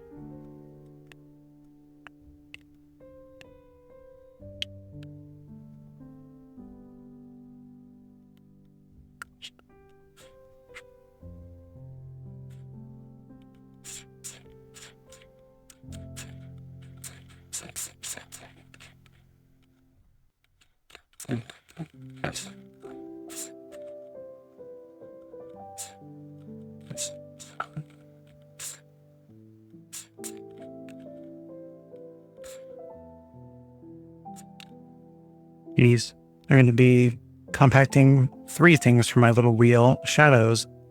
I'm going to try to get a hit or hint of some shadowing underneath here. I already started a little accidentally. Let's just try some with intent. Okay. It might be just a touch too much. Water that down.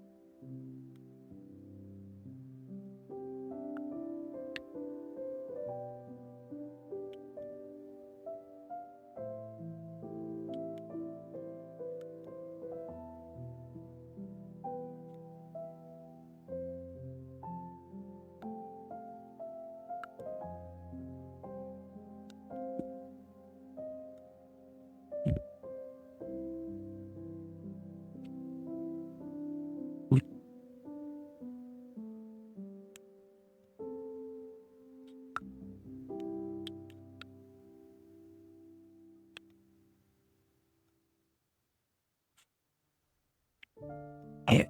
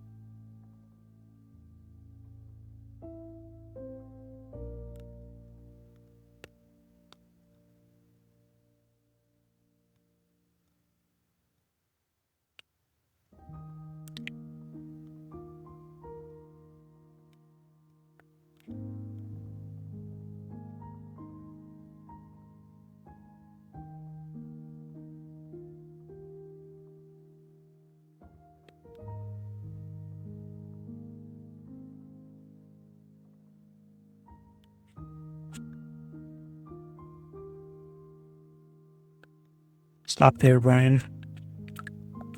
Okay.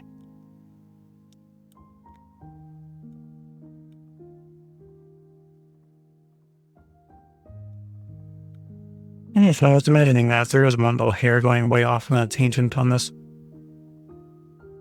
So fixing that for now. Go back over here. Hit the dryer.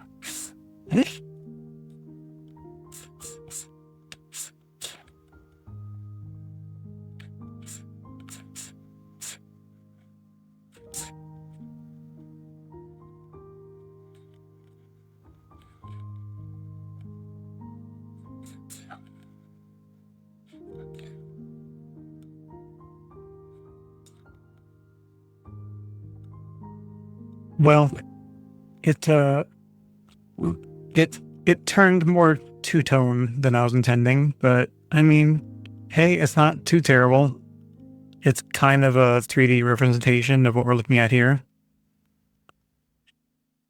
Are you trying to get it into a position where it was? Yeah, it's never going to work. But you can get the idea. And where it was sitting on the paper, the shadow was hitting in kind of those areas, so it's kind of close. A little bit. If you showed this to someone, they'd probably understand that it was a mouse. So, I mean, I'm going to count that as a win. All right, let's put this guy clear. Now, what next, huh? Let me turn my mouse back on and put it over here where I actually need it, when I need it. Let's take a look at how our mineral paper guy was doing. I'm not going to add any more to it right now, but I can look at it. Definitely dried a while ago.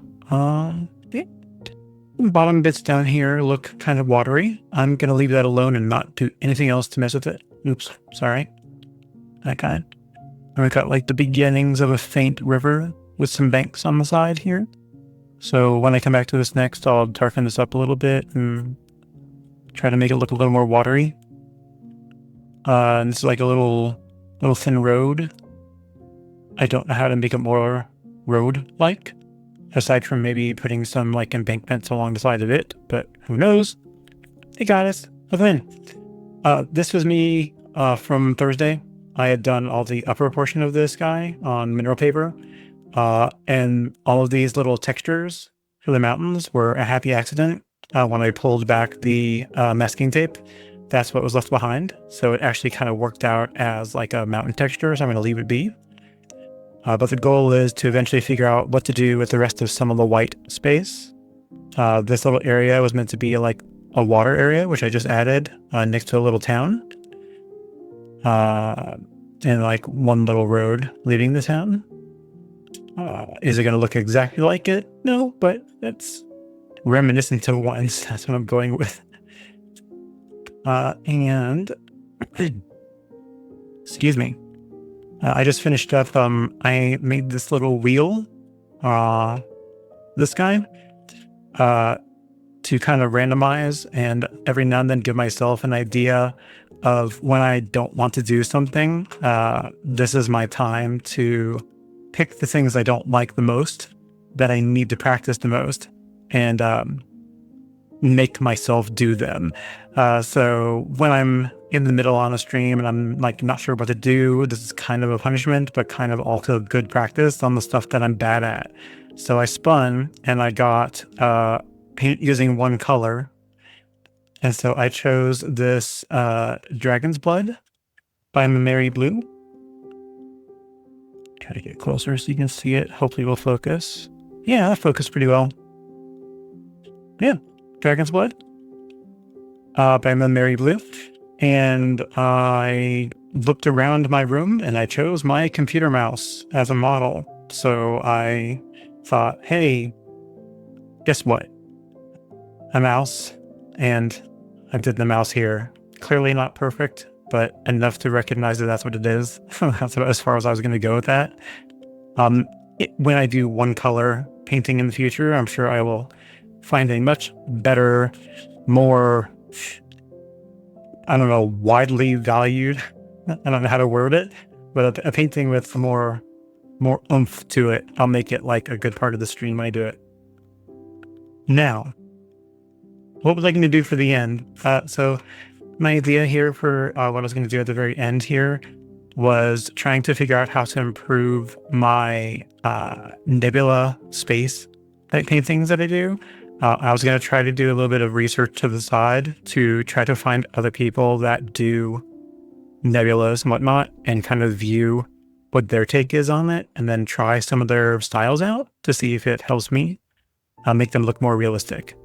So I'm going to go find some. Let me scooch over here, turn my mic so I can get over in front of the computer a little better.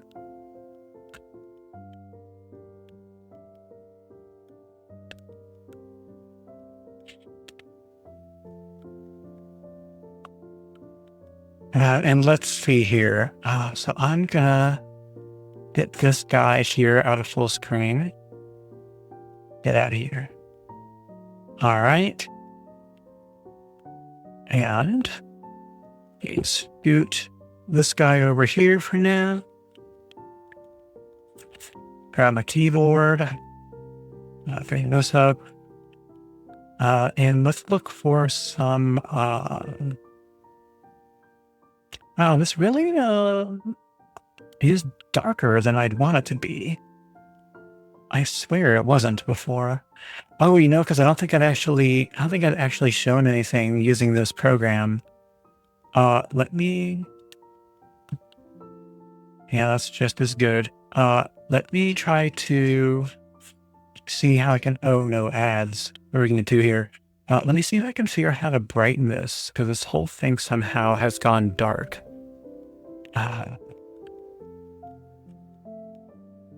Opacity is going to change how transparent it is, so it's not that.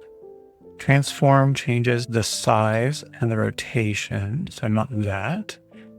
The cornering is set to fit. The source is right. Effects. The only effect I have on it is a drop shadow. But I'm curious if I can add brightness and contrast. And then maybe... that's enough for me. And maybe the contrast just a touch.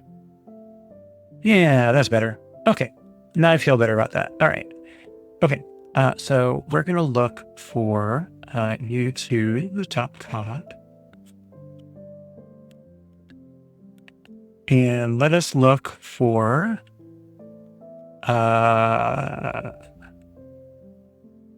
so watercolor nebula tutorial.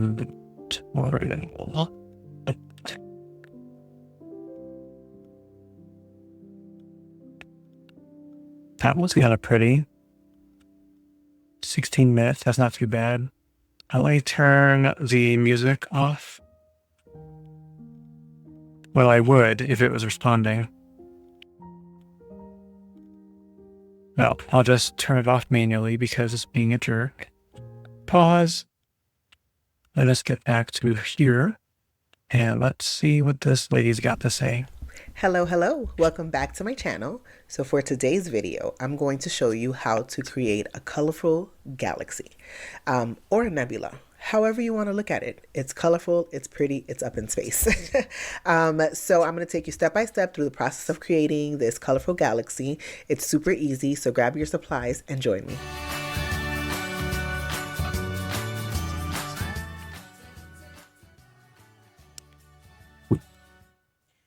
Show you really quickly the supplies that I'm going to be using. So I'm going to have a flat 1-inch brush, a 1-inch flat brush. These are all by Princeton Select, and you can use any round brush you choose. I like to go a little bit bigger for the galaxies depending on the paper size. A cup of water and some paints. These little pans are from my brand, The Sprout Creative. I'm going to pause for a second. Goddess, you said, how do you get your browser window to show when I add browser, it shows only the top photo of the page. So I'm not sure what I'm scrolling to. So what I did to trick the system is instead of doing a browser capture, I'm doing a screen capture. So I'm actually, I have a second monitor here, and everything that's on that second monitor is being shown So it's able to capture my mouse cursor and as I'm scrolling the page and everything. I found if you do a browser source, you can't really interact with it. I don't think you can interact with it at all. It's meant for, I guess, showing like your Twitch chat and little plugins and things like that. It's not meant to be interactive, I think. At least not on the plugin or on the browser source. Yeah.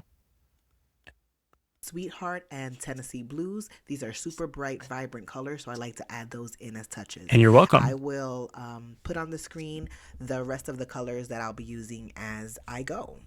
So the first thing you want to do is with your large flat brush, you can also use a round brush for this. You don't need to have the flat brush. I just like it because it provides more coverage. You are going to thoroughly wet your paper, just as I'm doing now.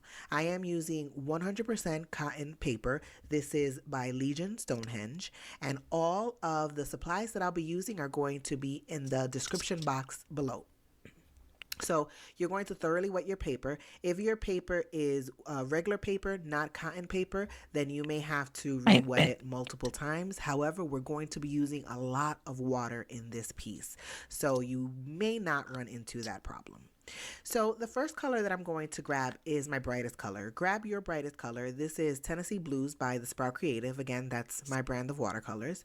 And you are just going to pick an area on your paper and lay some of that color down. You'll see that after I initially lay that color down, I dip my brush into the water and then just add water to the edges. So this is how we're going to constantly keep our paper wet, just by adding water as we go, as well as the water that's there.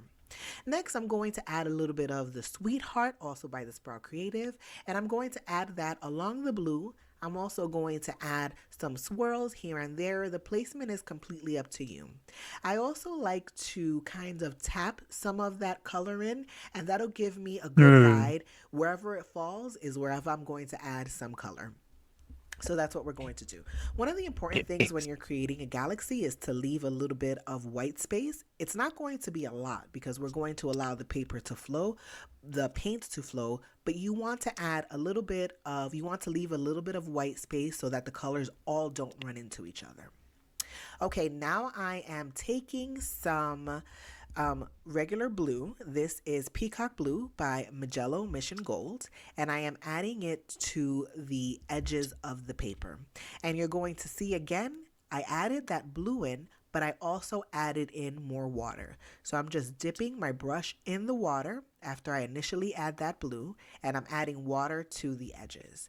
I don't clean off my brush.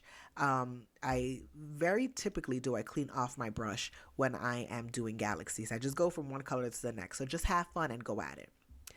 Next to that pink, I am adding in some purple, and this is Bright Clear Violet by Magello Mission Gold, another vibrant color. Make sure that the colors that you choose all go well together so that you don't end up with something muddy. So I'm using pink, blues, and purples because even if they all run into each other, they all stay nice and vibrant. If the blue hits the pink, I get purple. If the purple hits the blue, I get a darker purple. It just all runs in together. So now I'm going in, I have not cleaned my brush off, and I'm just adding in a ton more water to the outside of the paper. And the reason that I'm doing that is so that the paint could flow nicely into these areas. Just keep adding water. Now, what I'm going to do is I am going to lift up my paper and just tilt it a bit and allow some of those colors to flow into each other. So if you see in the middle, I left a lot of white space, and this is where the colors will flow. Some of that white space is going to get covered up, but it's also going to leave nice light areas so that you have a little depth in your galaxy. If you make a mess, just like I did, clean it up. We're adding a lot of water, so when we tilt our paper, the water is going to tend to run off. So just keep that in mind. If you want to protect your desk, feel free to do that. Okay, I'm going back into the Peacock Blue, and I'm adding some more. As you can see, the water dilutes a lot of the paint, so it makes it lighter. So you want to go back in and add some more, fill in some of that white space on the outside, and every so often tilt your paper a bit in different directions. Don't have it all go in the same direction so that the colors kind of flow and run into each other. And when it dries, it's just going to be a nice flowy look to the piece in certain areas. Okay, right now I'm just cleaning up some of that water that is kind of spilling out of the area of the tape. Now I'm going to take some Payne's Gray and I'm going to mix that in with some anthraquinone blue. So this is where we're going to start adding in a lot of depth and dimension into our piece. So I'm going to add the darkest colors, so the Payne's Gray, the anthraquinone blue, as sort of like an underpainting to the edges. So we are going to cover this up, but in order for us to get a deep, deep, dark color on the edges, we're going to add in that darker blue as a base. And we are still working wet on wet. We're not going to dry this piece until the very, very end. So now, right now, we're working on sort of like that base of the painting. So continue adding in that really, really dark blue to the corners, the four corners, and along the edges of your piece.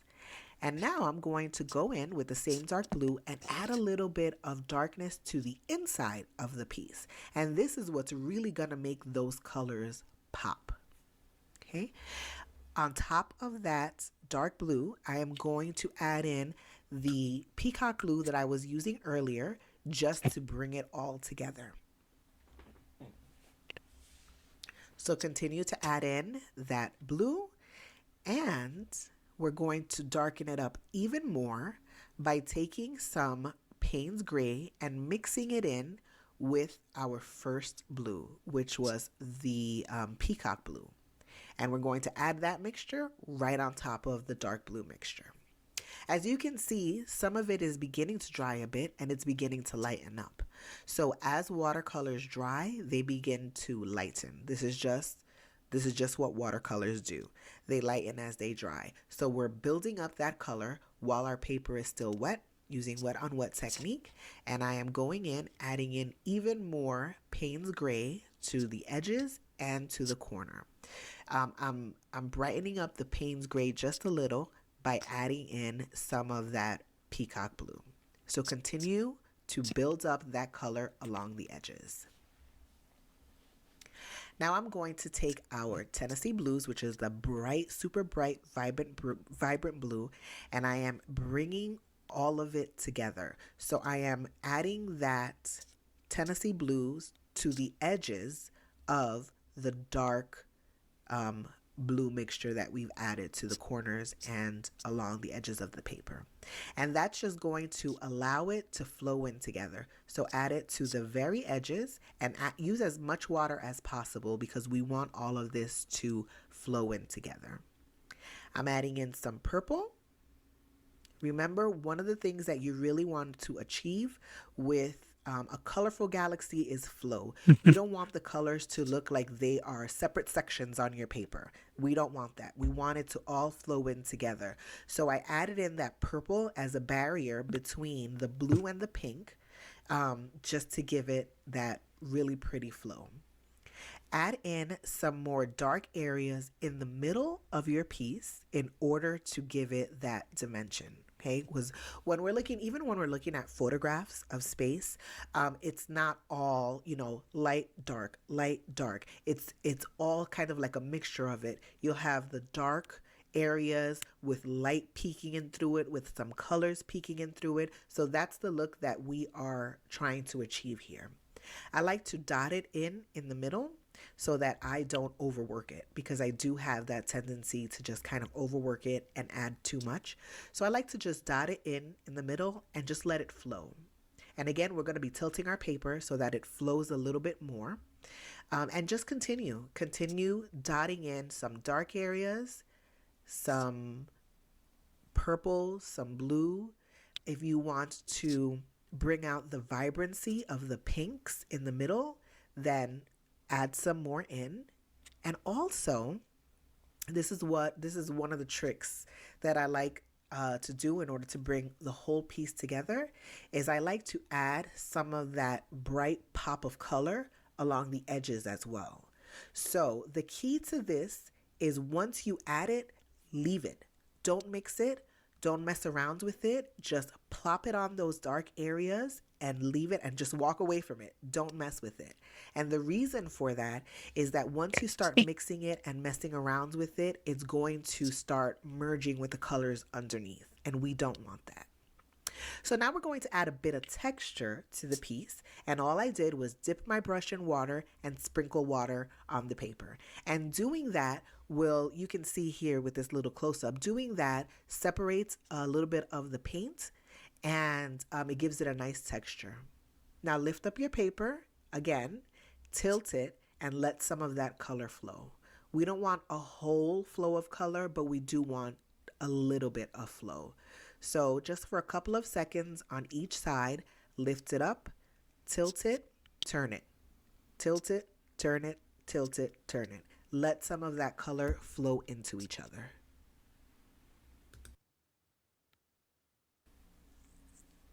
And this is what it looks like. I think I want to add a little bit more texture. So I'm going to grab a smaller round brush and I'm going to sprinkle some water on it. And it's just plain water. And you're going to see, I'll show you a little bit of a close-up here. And you can actually still see the texture from here. But I'll give you a little bit of a close-up. That paint starts to separate where the water droplets hit it. And you'll get a nice bit of space in between it. So as you can see here, you have like little speckles of areas where the paint has separated, where the water hits it. That's what we're looking for. So allow your piece to fully dry before adding in the stars. So if you want to take a break here, let it dry or take a dryer to it, a hand dryer, a hair dryer, anything. And now we're going to add our white medium. I use Copic Opaque White. You can feel free to use white gouache, white acrylic, white watercolor, Dr. P.H. Martin's. You can add any white medium that you want to this piece. Now, I am going to add a nice fine spray of white to begin with. So what I'm going to do is dip a very old toothbrush in water. And then make sure to dry that toothbrush off on a paper towel. Because if you do not do this, then you're going to have big chunks of water and with white paint falling onto your piece. And we don't want that. We want a nice fine splatter. Once you've loaded that brush with white, then swipe your finger along the bottom and just have a nice fine mist of white just all over your piece. And it's going to show just this really pretty splatter of paint. Very delicate. It's not going to be overdone. However, to this, I want to add a few brighter, whiter spots to the dark areas in our painting. So the dark areas like in the corners and right there in that little middle spot. So I'm just going to use a size, I think this is a 2 or a 4 brush, and I am going to tap some white dots into those areas. And you'll see that by tapping it in, it gives us a little bit of bigger splatter instead of this really fine mist that's across the paper. So the bigger the round brush, the bigger the splatter. So you don't want to get too big. Now I am going to go in and manually add some stars with the same Copic Opaque White and a very fine brush. We're going to use the tip of it. You can also, if you have a hard time controlling your strokes with a brush, you can also use a white gel pen, and it's going to achieve you're going to get the exact same effect. Using a gel pen will give you a lot more control than using a brush. So if you're not used to this, if you're not used to using the very tip of your brush, I suggest that you go ahead and try to use a gel pen instead, or just practice on another sheet of paper. Feel free to add as many stars as you want. Try to stick to adding the bigger stars to the darker areas, because you're not going to be able to see that many stars in the lighter or the brighter area. So like in the pinks and the white spaces in between, try not to add it to those areas. Just stick to the really dark areas. And when you are done, allow it to completely dry before taking off the tape, if you're using tape on your paper, on your piece. If not, then you're golden, you're good to go. I'm going to add just a couple of little bigger dots, and then we're going to call this piece done.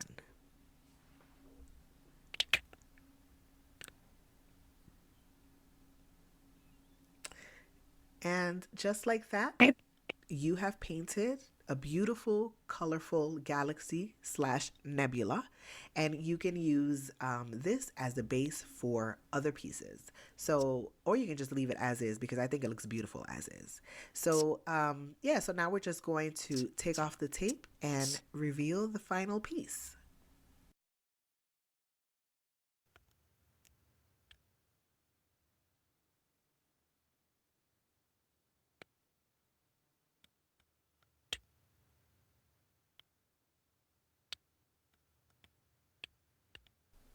And we are done. I hope that you enjoyed this colorful galaxy that we created today. You can use this as the background or the foundation to build even bigger pieces. So you can put, planets or shadows, mountains. You can put trees under it. You can give it different perspectives as, we're looking up into the galaxy or into the skies. You can do so many things with using this technique as a base. So I hope that you enjoyed it. If you really like this video, please give it a like and subscribe to the channel. And I will see you all next week. Oh, so much to unpack. So, definitely a different process than what I've been doing. I apparently have been overdoing it, but clearly you can do whatever you want that works. But I can see where doing some things differently would definitely help, right? Uh, I agree. She certainly made it look easy, but clearly it's because she is well practiced, right? Enough to be able to provide a tutorial on it. So, takeaways. What have we learned? Well, let's try to take some notes. You come to here, and let's write some stuff. So one thing that was pretty straightforward from the beginning, I feel like I'm trying to write a book report. uh, okay, so based on what the nice lady said, this is a Vanessa Paints, looks like on YouTube. I know, right? Okay, now you do it. Yeah, get to it, right? Okay, so to start with, she went light in the middle. Actually, to start with, she did wet the paper. And that's what I did Thursday with that big 15 by 20 I did. So wetting the whole paper, wet on wet, it was her method. Starting light, only doing a couple light colors, going around the edges and again, keeping it light. She did not let it dry. She just kept on going and just adding a little bit darker around the edges as she went. Added more pops of color in the middle. Added drops of clean water on top a little bit to help make those little spots of color kind of fade away from where the water dropped on it. So that was kind of neat looking. The thing that scared me the most was moving the whole thing and tilting it around. That was insane. So that's crazy. So let's see. So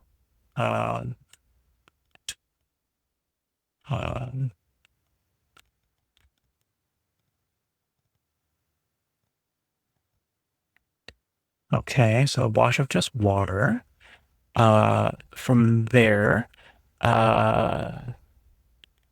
it light, it's a few us. That doesn't work. There we go. Good enough. Let's see. We also keep it wet and keep, and then I could think it in. Yeah. There we go. Tilt. See. And choose. And if you go to look, output, spread out. Start darkening the outer edges.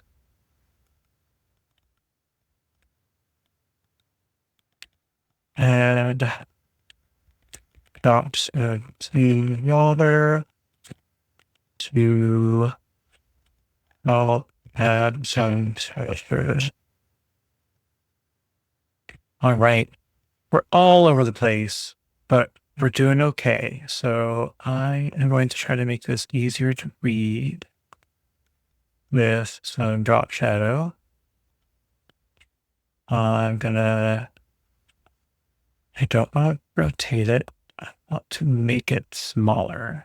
Can I make that 40? Okay. That might be too big still. About 20. Okay. Move it over here now. Okay. Let's get some music back going again.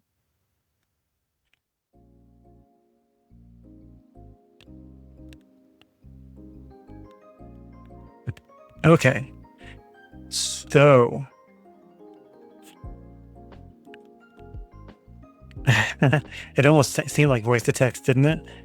All right, so I'm going to take my mineral paper one from the other day, and I'm going to scoot it to the side to keep it safe. Hey, move it. Okay.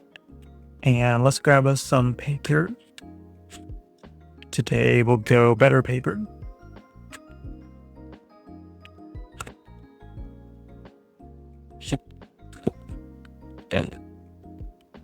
Ooh, I like that idea, Desert. We could easily challenge each other to a very specific task and then share results. That's where you're saying silly voice to text. Got it. Each other. I love it. All right, let's put that back. And whip out the masking tape. I normally would do this, not on this. How do I always forget what this damn thing's called? Clipboard. There we go. When it was new, it was fine, but as I used it more and got it wet, the particle board nature of this starts becoming apparent, and it swells, and the particles of it come off on the tape. In fact, I'm going to be smarter about it. I think I'm going to use the back because I haven't used it as much, and it's much more smooth, so it's less likely to mess up. But I'm going to use this. Normally I use this giant block of wood I've got down here, an old cutting board, but it's way too big and way too heavy for me to be lifting and tilting like she did. So I think I'll just do it on this because I can manhandle this a little bit and get away with it. So let's tape it down.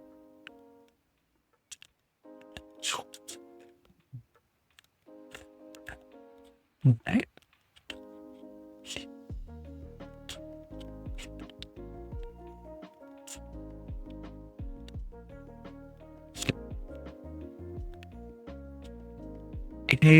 And lesson learned, I use my fingernail or something flat to kind of attach it more firmly on the edge, so I have less of a chance of it spreading under the tape.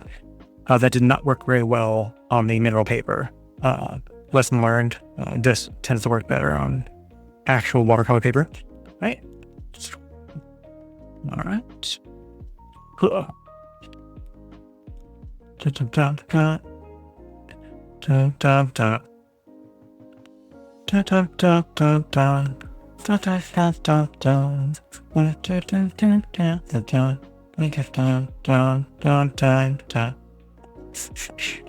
even know if it's in sync, but the music that's playing is from Persona.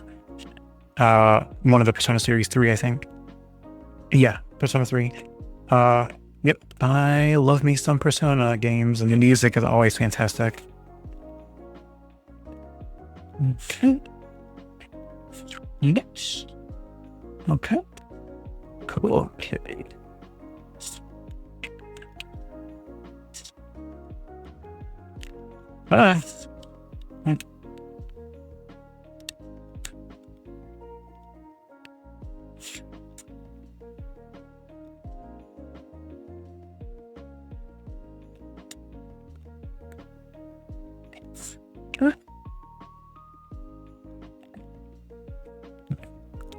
And one more.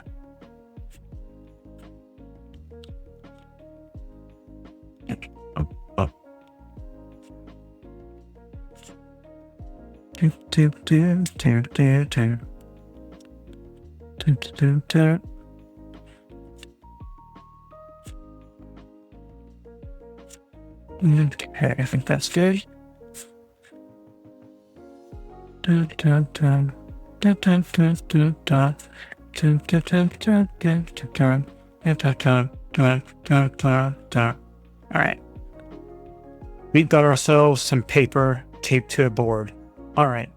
So brushes, I think I'm just, for the sake of ease, I'm going to go with the biggest round brush I've got. The only other option I have that I don't ever use because they're gigantic, and I got 2 of them because there was a shipping error, and then the other one showed up when I disputed it, so I got 2 of them, is this brush. It is a Princeton Velvet Touch Blooms brush. Desert. This might be really useful for you for doing flowers. This is another one that Jenna Rainey worked on with Princeton, and they actually worked together to help design this, and it's apparently like perfect for petals. Let me show you. You can, if I've devil focus because there's too much behind it, but the edge of it is very petal shaped, so she likes to use it to do petals, right? Or whatever direction petals are, because I'm not a big florist painter. And she also likes to turn it on its edge because when it's wet, it makes a really decent point, and she tends to use it to make leaves, like, leaves where I'm not doing it justice, but where you press gently and then press down firmer and then let up gently and it makes that leaf shape. Also to make stems and things like that. So she kind of makes it like a unitasker brush sometimes. I don't think that'll work too well for doing this. But I own it because I can't help myself. All right, so we're going to let this whole thing down. Let me actually grab some fresh paper towel because this one's just saturated to hell.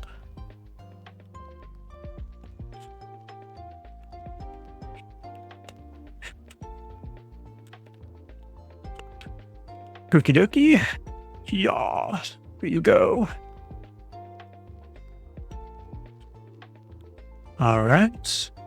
And let me grab a wash brush so I can get this whole thing wet down. I usually use, where are you? Where are you? Hello? Oh, I left it down here last time I used it. That's why. This guy. Another Princeton Mottler brush. Let's get some clean water going. And this is Arches, so it's pretty good quality paper, so I can probably afford to just wet it down really well one time and be good.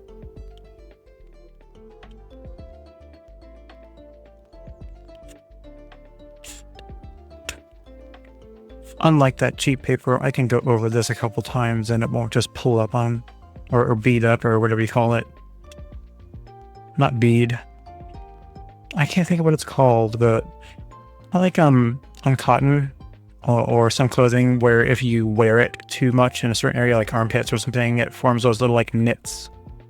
Whatever it's called. I can't think of the name of it, but the paper does that, where it, like, when it gets wet, it like rubs on itself and it pulls away from the paper itself and it forms these little balls of texture. Pilings or something. Yes, I think it might be pilings. I think I've heard it pronounced that way. Pilings or pilings. I think piling. For clothing, we've got a little tool that you use to brush over it that helps calm all those away, which is pretty cool. Won't work on paper, I don't think. All right, pretty good covering. No puddles. Really wet. All right. Okay, colors I haven't chosen, so I'm just gonna wing it because that's what I do here. Let me pick. I think I'll do.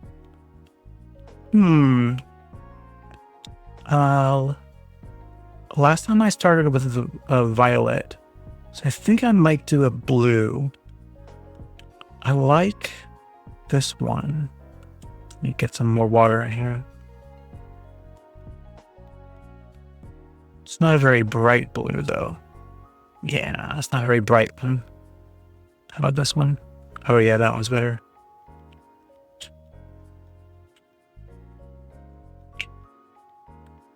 Yeah, that one's pretty. That is the, I think it's the turquoise one.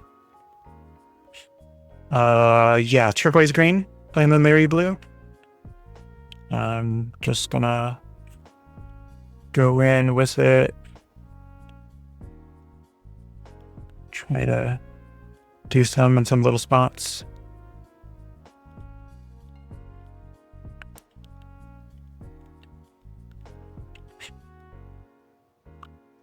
And maybe I'll pick on ultramarine to go next to it. And that would be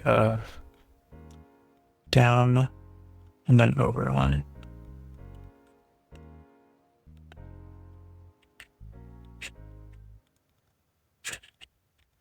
Didn't really get a whole lot of that. Get a little bit more. And what can go with that? I think maybe a reddish color.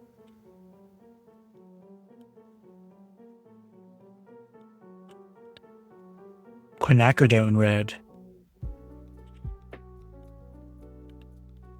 Whoop. Is it going to be perfect? It's like my thing to say, is it going to be perfect? And the answer is always no. Get a little violet going on in the middle there. And let's go for my my favorite boy.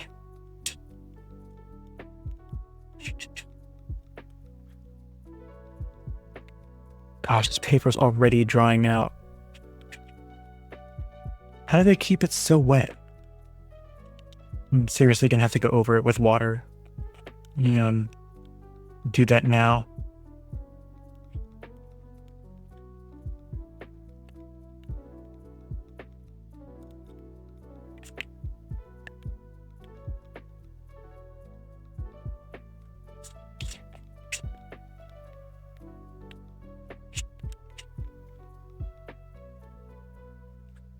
Just around the edges, I think.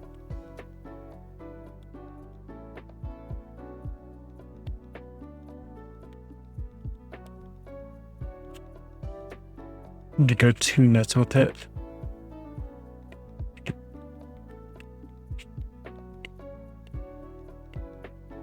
I'm fine going across this. Okay, I'm just not going to do in the middle.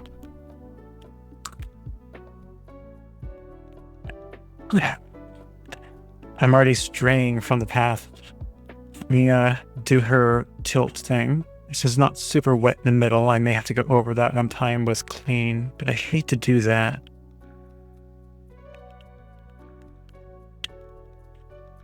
She must have just drenched that thing.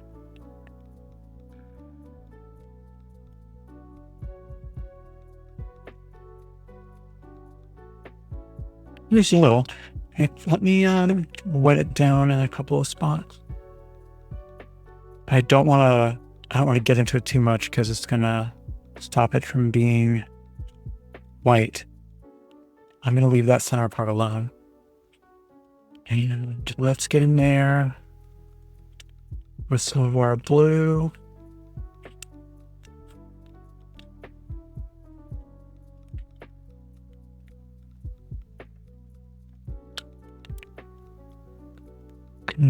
Get our turquoise going, get a couple more areas of that in there.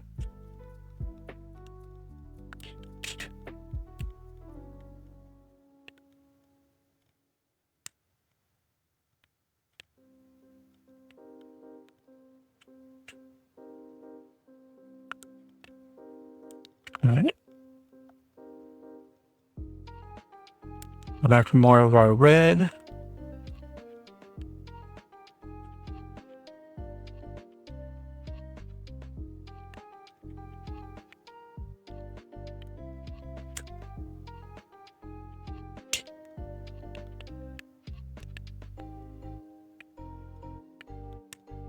She's like, keep it wet. Okay. Yes, ma'am. I will attempt to do something good.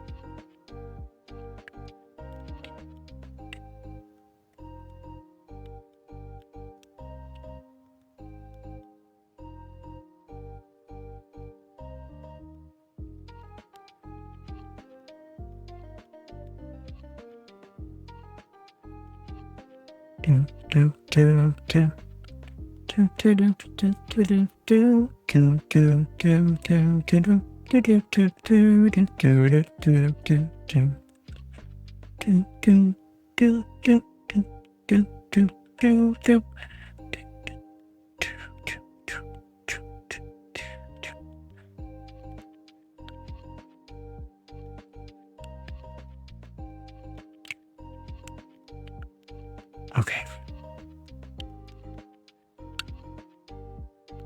Get to tilting while it is sopping wet.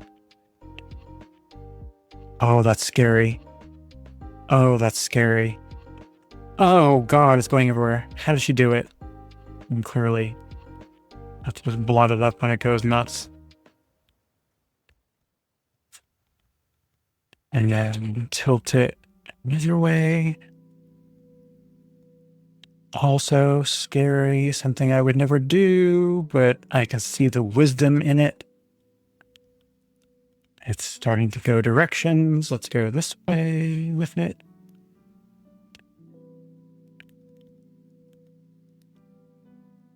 That is just terrifying. Okay. And then last way. Clearly I can see where it was not wet and it started to dry and it didn't move at all. But it did spread out a little bit without me needing to do a whole crazy amount. So that's interesting.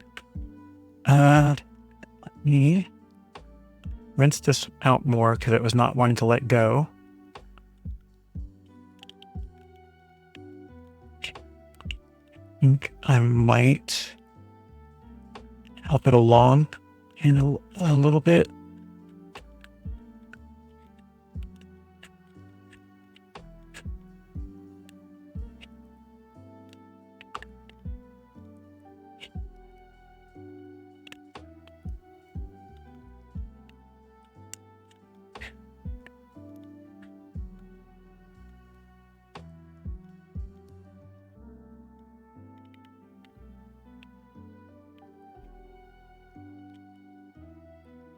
Scary, scary.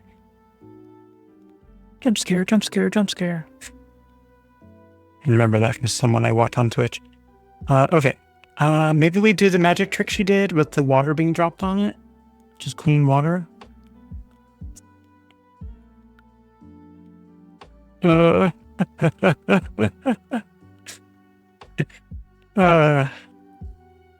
not scared, you're scared.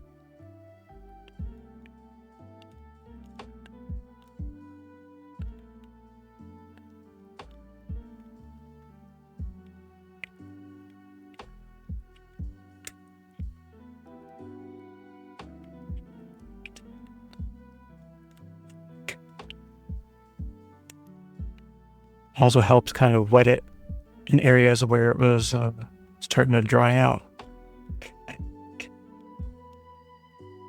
Okay, it's starting to do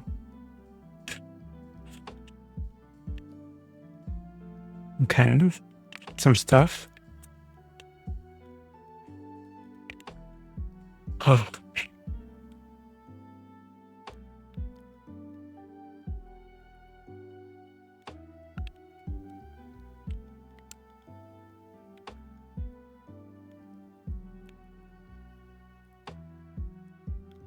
Right. In that case, it's not really brought us back from the brink. Are these really sharp areas here? I'm just gonna damp brush.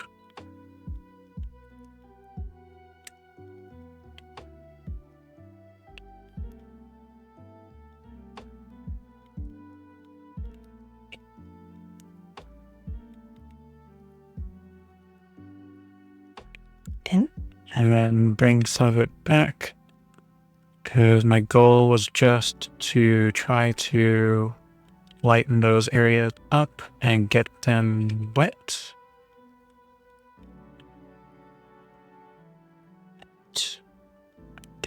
And haven't hit any of these with some new color in a while.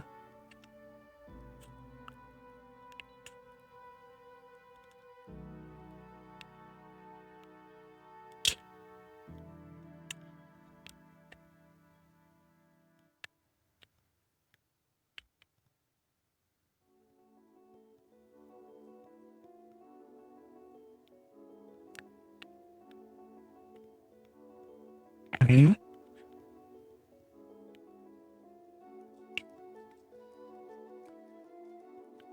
Whoops. Well, there's some there.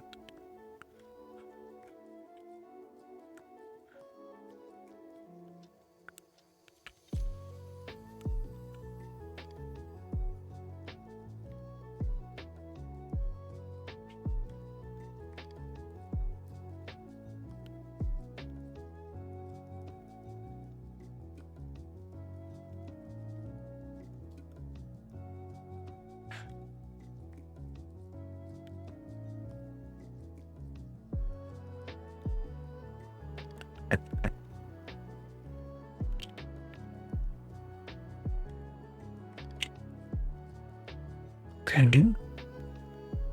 Once again, I'm in that. God, I should have been wetting some of this off. That's okay. It'll be fine. It'll be fine. It'll be fine, he says. Ha ha ha ha ha. Oh, it'll be fine. All right. Let's get it moving.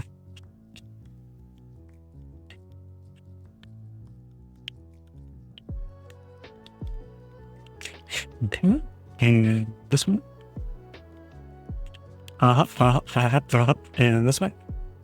Sure. It's doing things. Yep. Sure. Yep. Let's go this way.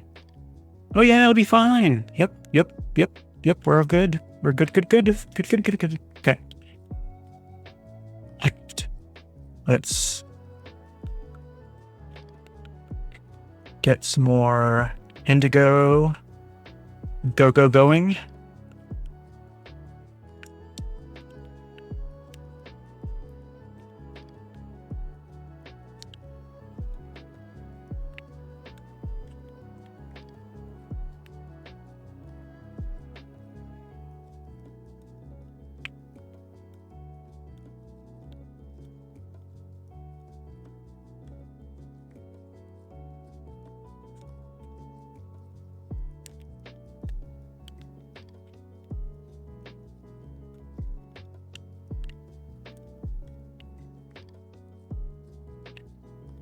Okay.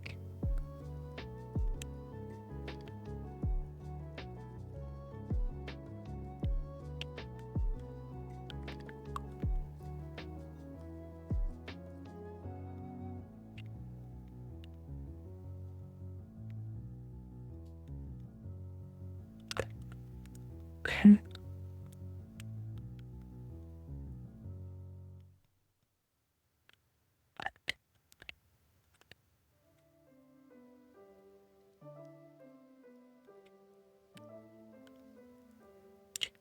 Turning the paper seems like a foolish thing to do, but I understand how it gives it different direction. Like more than what I'd be able to do with a brush.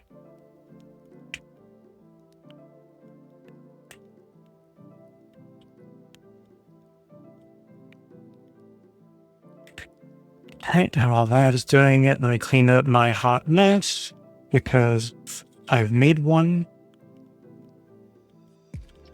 That's going to need alcohol to come up. I'll do that later. Okay. Well, we're making things happen. Let's do that last clean water drop like she did. Am I hitting all of the points? I'm just kind of running with it with what I remember. Wash of water, check. Keep it light to start with. Yes, of course. Just a few colors. Yes. Keep it wet. Keep it moving. Doing it.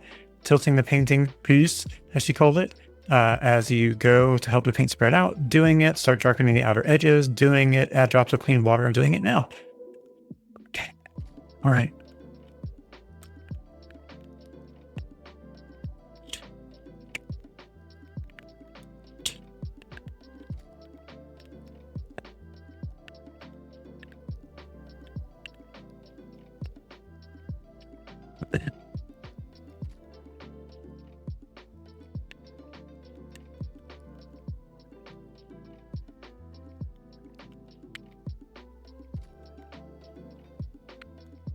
I think her water magic trick worked too because it was starting to dry.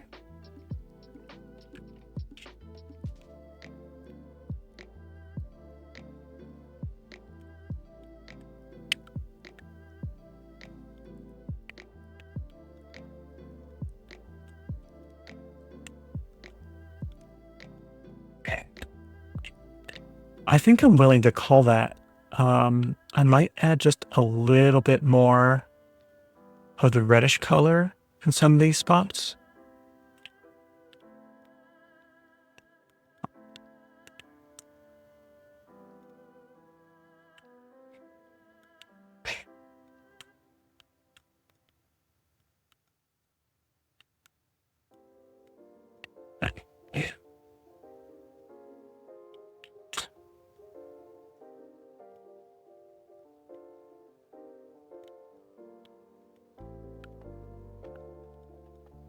Yeah.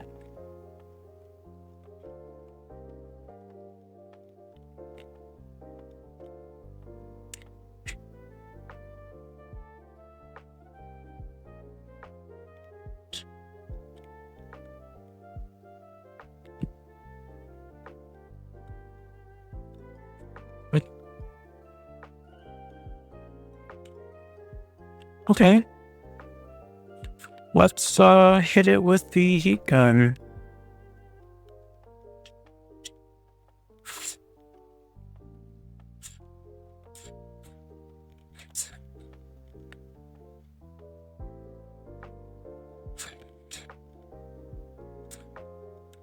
Right.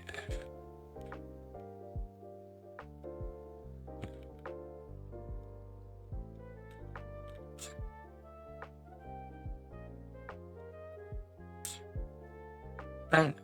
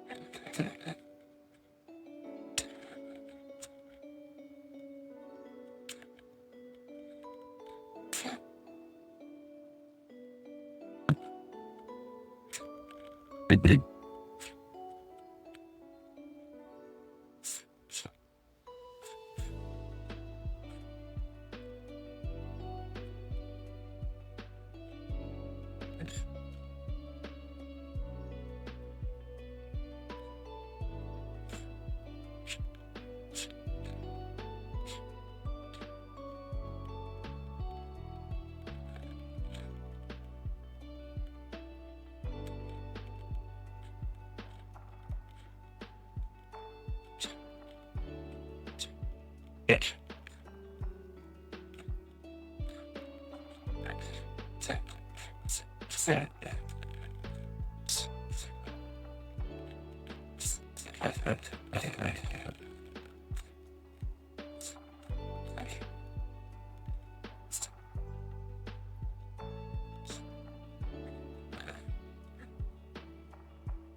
Okay. Yep. We're looking dry, except for on the tape in certain spots. Let me sip some coffee because it's been a hot minute. Cold at this point. Oh, I don't know if you guys got to see my coffee cup today. Showed it earlier, but I don't know if you were on. It's a bunny rabbit. Got it from work. Sorry, it's hard to see without the light hitting it too well, but it's pretty. It's got little flowers on the inside of the lid, or the rim, right there.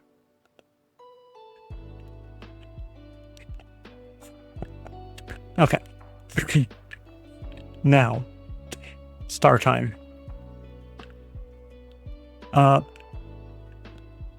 think I am going to stick to just the toothbrush method this time, and then maybe a pen. When I do...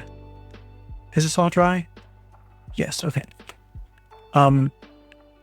When I do the method where I do like a small round brush on a large round brush like she did in her video, I end up getting it everywhere. Not just on the painting, everywhere. Like, I need like a box to hide in to do this work on, or I get little white dots on literally everything. It's still everywhere around me here. I'm gonna have to do a deep clean again, and like, no joke, I wasn't joking, it's on everything. It's on, I see some over there on my lamp. There's some on my paper cutter. It's on my brush holder over here. It's on everything. I could label everything on the desk. It's got some on it. Even the little tape rolls over here have some on it. So my little sushi as well, I just noticed it's on everything. So it's not a method to do out here. Where I used to do that method, I actually used to bring it in our bathroom and do it in the bathtub so I could quickly shower down everything that was around it so I wouldn't get paint on anything. Because it was the safest place in the house to be able to do that method. At least the toothbrush is going to be a little bit more controlled, so I feel safer doing that. So let me finish blotting these off and set them over here so they can dry. Yeah, that's going to need some more love. I have the hardest time getting indigo out of my biggest round brush. It just gets deep into it, and every time I clean it and think it's done, I put it on a paper towel and it's like, nope. You've got more. There we go. That's good. Okay. All right. Let's grab this little doodad right here. I still have, this is the watercolor one. Of course, what I need is over here.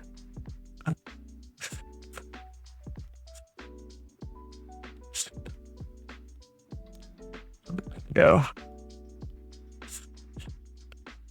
Okay, I've got the acrylic light.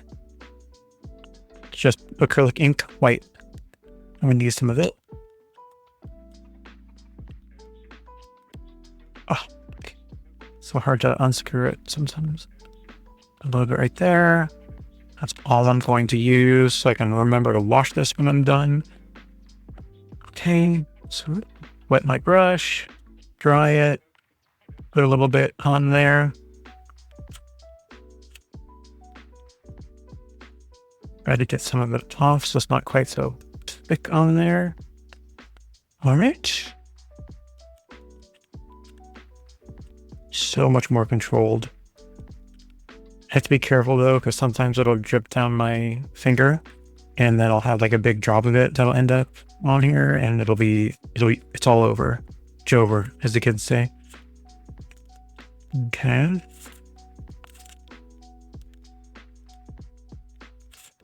I think that might be all I'm gonna do. Wash off my poor thumb that's been covered with white paint now.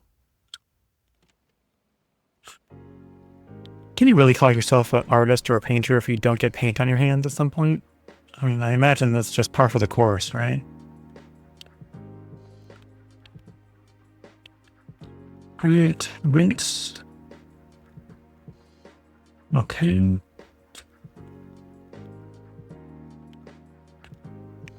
And let me pick on this guy. Get him a little wet.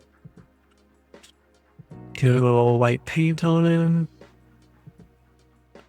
And she did. Let's add some, a few little really bright. Okay.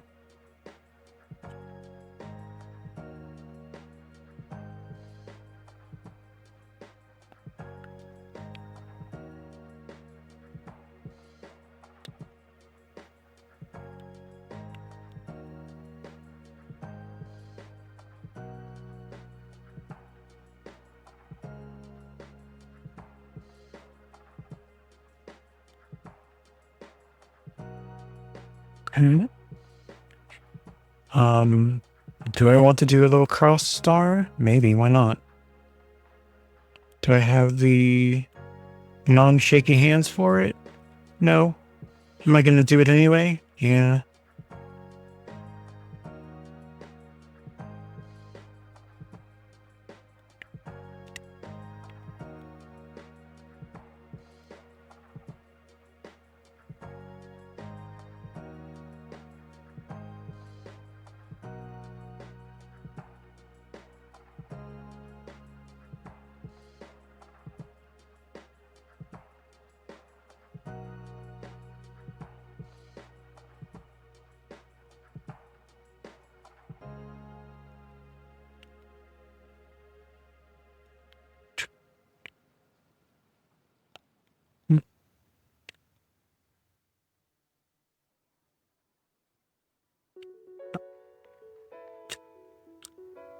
Not very bright, but neither am I sometimes. So.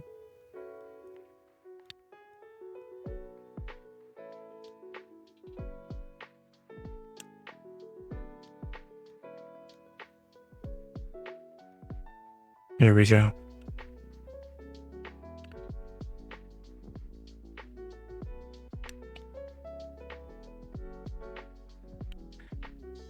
I think I'm gonna leave it at that.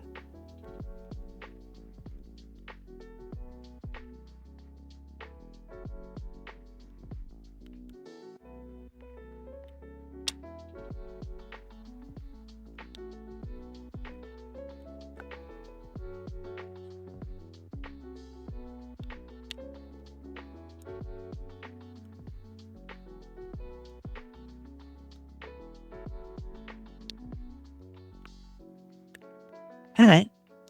It's not too shabby.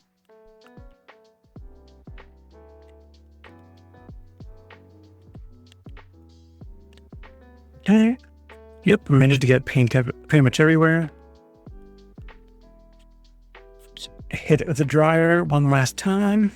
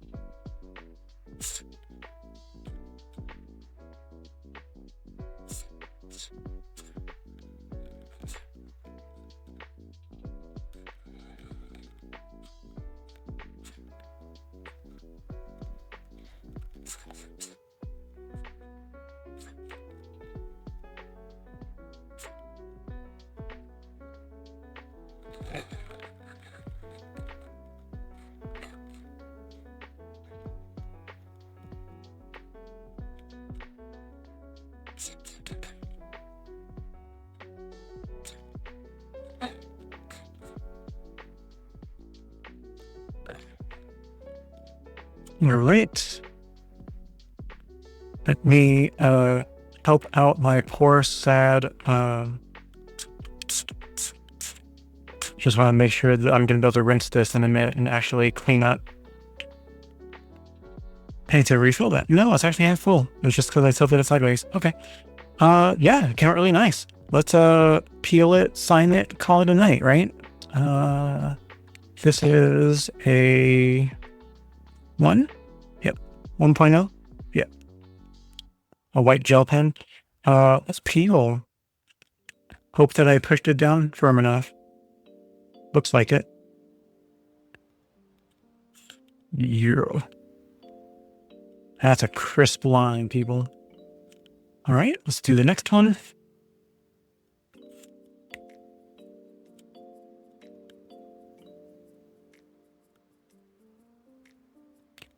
Another crisp line. 2 for 2. That one's a little wet underneath. I don't want to get my finger on it and then touch the paper, so I'm going to try to be more careful with this one.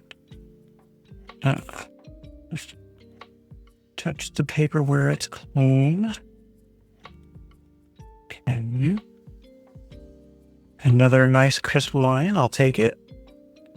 And last one.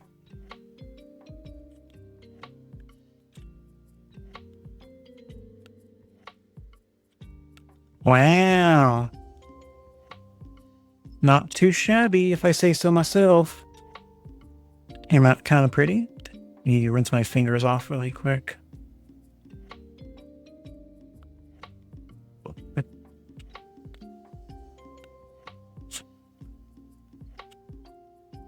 Okay. And let's get it off of this. Don't fall. This is all dry. It is. Yeah. Yeah, not too bad, huh? I'm kind of happy with that. Okay, I'm very happy with it. It's very pretty. I like her method. Clearly I need to practice it more, but not too bad. I definitely like it. Some of the shades really came out really nice. I especially love the area down here where a hint of the red got into the blue and it kind of purpled out a little bit. And then up here it's a different shade. And yeah, that's good. I like it. Yeah, thank you guys. Appreciate that. Yeah, it's not too bad. All right. Let's put a name on it. God, I have to take my glasses off just to sign my freaking name. Is that expected or sad? Let's see.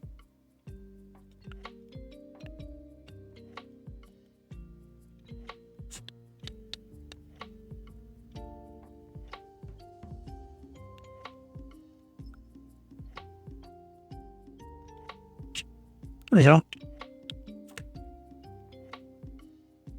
All right, ladies and germs. Where's ladies? Yeah. All done. I'm quite happy with it. It's definitely the best thing I did today. It's better than the mouse, the one color mouse. At some point, I'll do far better than this. I will try. I'll pick something with a little bit more depth that I'm able to actually make work. But it came out kind of okay. You can recognize it as a computer mouse, so that's all I cared about. But yeah, this one came out really nice. If you didn't see it from last week, I have it next to me. I put it in a frame already, so it might be really reflective. I'm sorry. But this is that 15 by 20 from last week. It came out quite large because it is quite large. I'm kind of happy with how it came out. We'll at some point pick a wall to put this on somewhere in the house. But yeah, it's not bad. Now I just want to do the same process I just did, but on this. But that's a block. So if I do that and anything runs off, it's literally going to run off and just go everywhere. And there is no margin for error with paper that big because it basically takes up the whole workspace I have here. So I don't know if I'll use her method entirely, but maybe I'll tilt it a little while there's colors in the middle before I do the outer edges of it and get that stuff tilting and blending, and that would probably be fine, but I won't go fully to the edge if I'm going to tilt because I'm just going to have runoff that I can't control. We'll see. Next time I do another big 14 by 20 or 15 by 20, I'll try it in her style with some adjustments. So yeah. Ladies, I think that's it for me for tonight. Goddess and Desert, thank you guys so much for coming and hanging out with me today.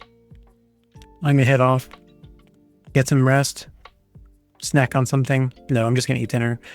Yeah, and get some rest. Again, thank you guys so much.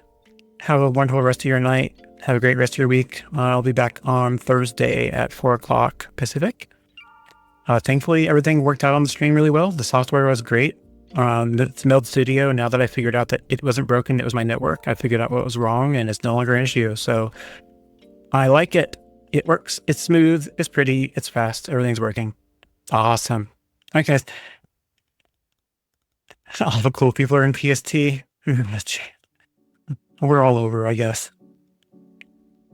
Awesome, guys. All right. Well, peace out. Good night. Bye. Bye-bye. Bye. Bye-bye.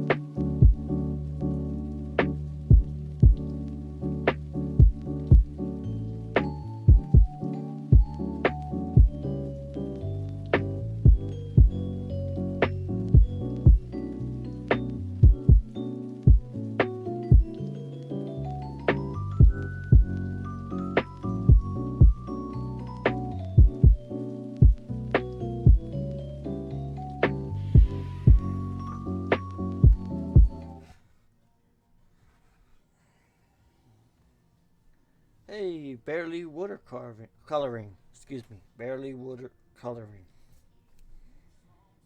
Thank you for that raid.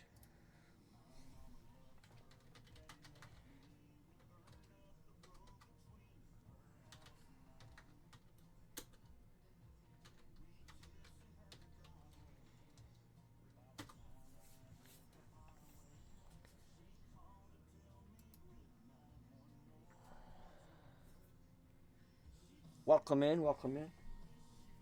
Tonight I'm carving Hylian Shield by Legend of Zelda.